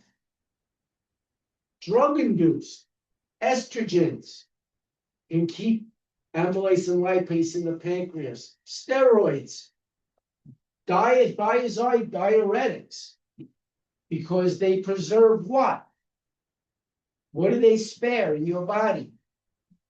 Calcium, which now gets into your pancreas, interferes with flow, and those enzymes eat the pancreas. Obstructive, tumors, parasites. I think you're getting the idea. If those enzymes can't get out of you, whether it's calcium, whether it's physical from a surgery where you ding the pancreas and the ductal bursum, whether it's alcohol, whether it's a stone in the ampulla vata, amylase and lipase will eat your own pancreas and cause pancreatitis. Acute, again, gallstone, blocking the ductal bursum. Alcohol.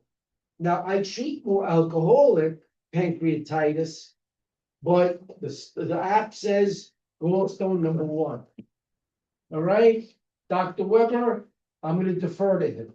But like I said, alcoholics, to me, not the boards, is the number 1 cause of acute pancreatitis. So getting that history is important to me. And then you see elevated amylase and lipase. Lipase being the more specific. Most common, again, Western countries, alcohol, gallstone. In children, it's trauma. Adolescents, it's mumps. Make sure you ask about their immunization history. Severe epigastric pain that radiates to the back. So could a AAA or a dissection. So you have to think about these things. But what's the most common causative agent of AAA and aortic dissection? Hypertension. What if they have no history of hypertension, but they do have a history of gallstones or alcohol abuse? That's why history is so important. Same physical presentation, different history.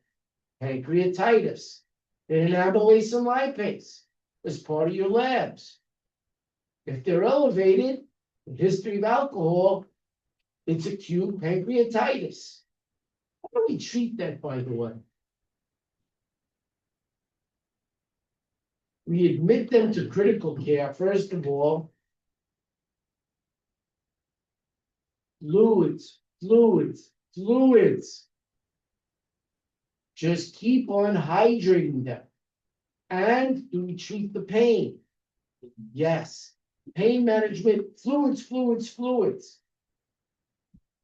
Question, do we make them NPO? Yeah. Because food in the intestines means the pancreas has to secrete enzymes. Actually, that's debatable.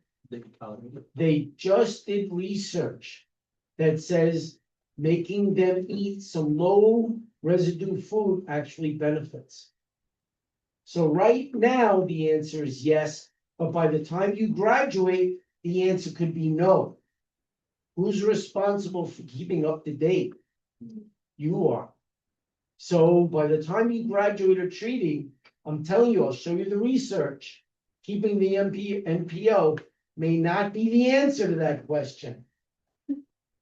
So epigastric pain, constant and steady, nausea, vomiting, tachycardia, possible hypotension, diarrhea. What's the thing that I said to keep in your mind about liver disease? Pruritus. What did I say to keep in your mind about pancreatic disease?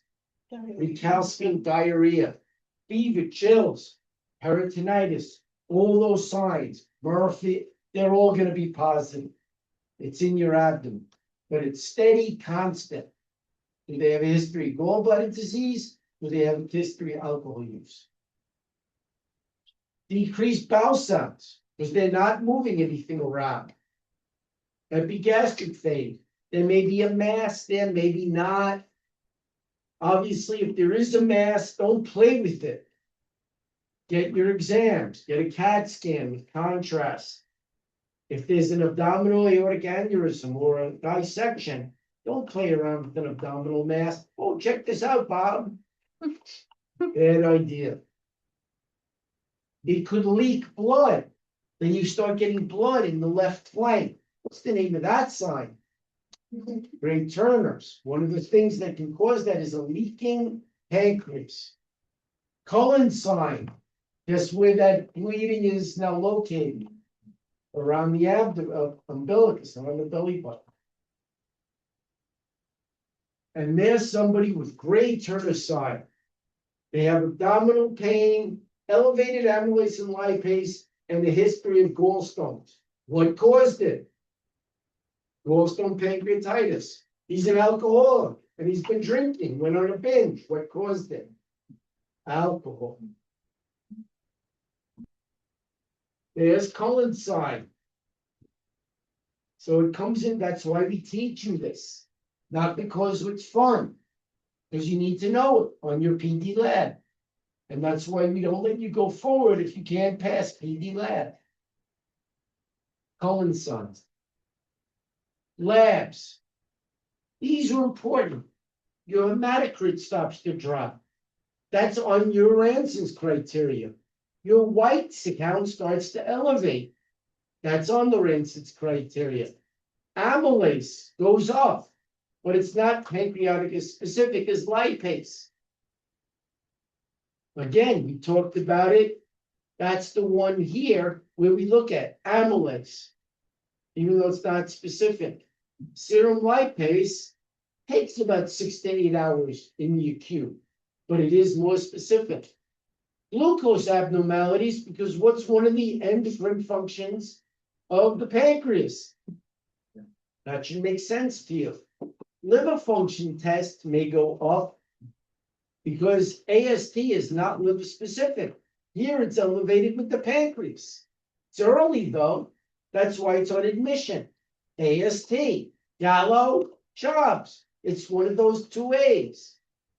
All of this should make sense to you because the pancreas is further downstream than the liver. If it's inflamed, it's blocking stuff. Can it back up into the common bile duct? Can it back up into the liver? AST, ALT. Should make sense. Plain films, flat and upright, always get the x-ray. Not getting the x-rays the road to ruin. Sometimes you'll see, and I wrote it on the board, some things to think about. Central loops, double duct signs, cancer of the pancreas. Colon cutoff, pancreas of the cancer. Because isn't the small bowel right there? If I talk the large bowel, If I put a tumor there, all of a sudden, large bowel, gone. What's crushing it? A neoplasm. What organ is right there that can go through primary cancerous degeneration? Pancreas. So sentinel loop, that's where you see isolated dilation, the jejunum. If something is crushing in front of it and it's puffing out. It's getting dilated. Colon cutoff sign. Something is abruptly interfering with your haustrum and your large vessels. Gas descending in the right colon abruptly stops. A neoplasm or an inflation of the pancreas. Calcification. It sequesters elemental calcium. That's the CHOPS of Gallo-Chops ransom criteria. Sometimes you see an effusion, it's leaking right under the diaphragm. You see it on the chest X-ray. All of this should kind of make sense. CAT scan probably is more effective here. So the ultrasound you may have gotten, but here you're gonna need a CT. I got the X-ray. You see central loop, colon cut off, but the CT with contrast is the more definitive radiologic study. All right, IV contrast with the CAT scan. It visualizes the pancreas. You'll see pseudocysts on the pancreas. Pancreatic abscess, piss and pus have to come out. Retroperitoneal necrosis, pancreas tail. Pancreatic ascites, it's leaking. You'll see that fluid. So I'm not saying you didn't get the X-ray, you should. Sentinel loop, colon cut off, but the pancreatic CT, abdominal CT with contrast is the most elucidating radiologic exam. Plus, now I get labs too, including a CA19-9, because that's the pancreatic cancer marker. And there, you see the pancreas with some weird thing on it. That's an abscess. So I don't have to read this. I'm not a really good radiologist, but radiology will call you and tell you there's something inflamed about that pancreas and there's fluid around it, pancreatic effusion. It's leaking. Ultrasound. Again, it's easy, it's not invasive, but this isn't the most elucidating. Inflamed pancreas, fluid collections, might see it. You might see pseudocysts. You're still getting the CT with contrast and all your appropriate labs. CMP, coag studies, CBC for white count, BMP, obviously, amylase lipase, and a good history. And before I go into Ranson's criteria, Gallo-Chops, I think I'll save that for Friday.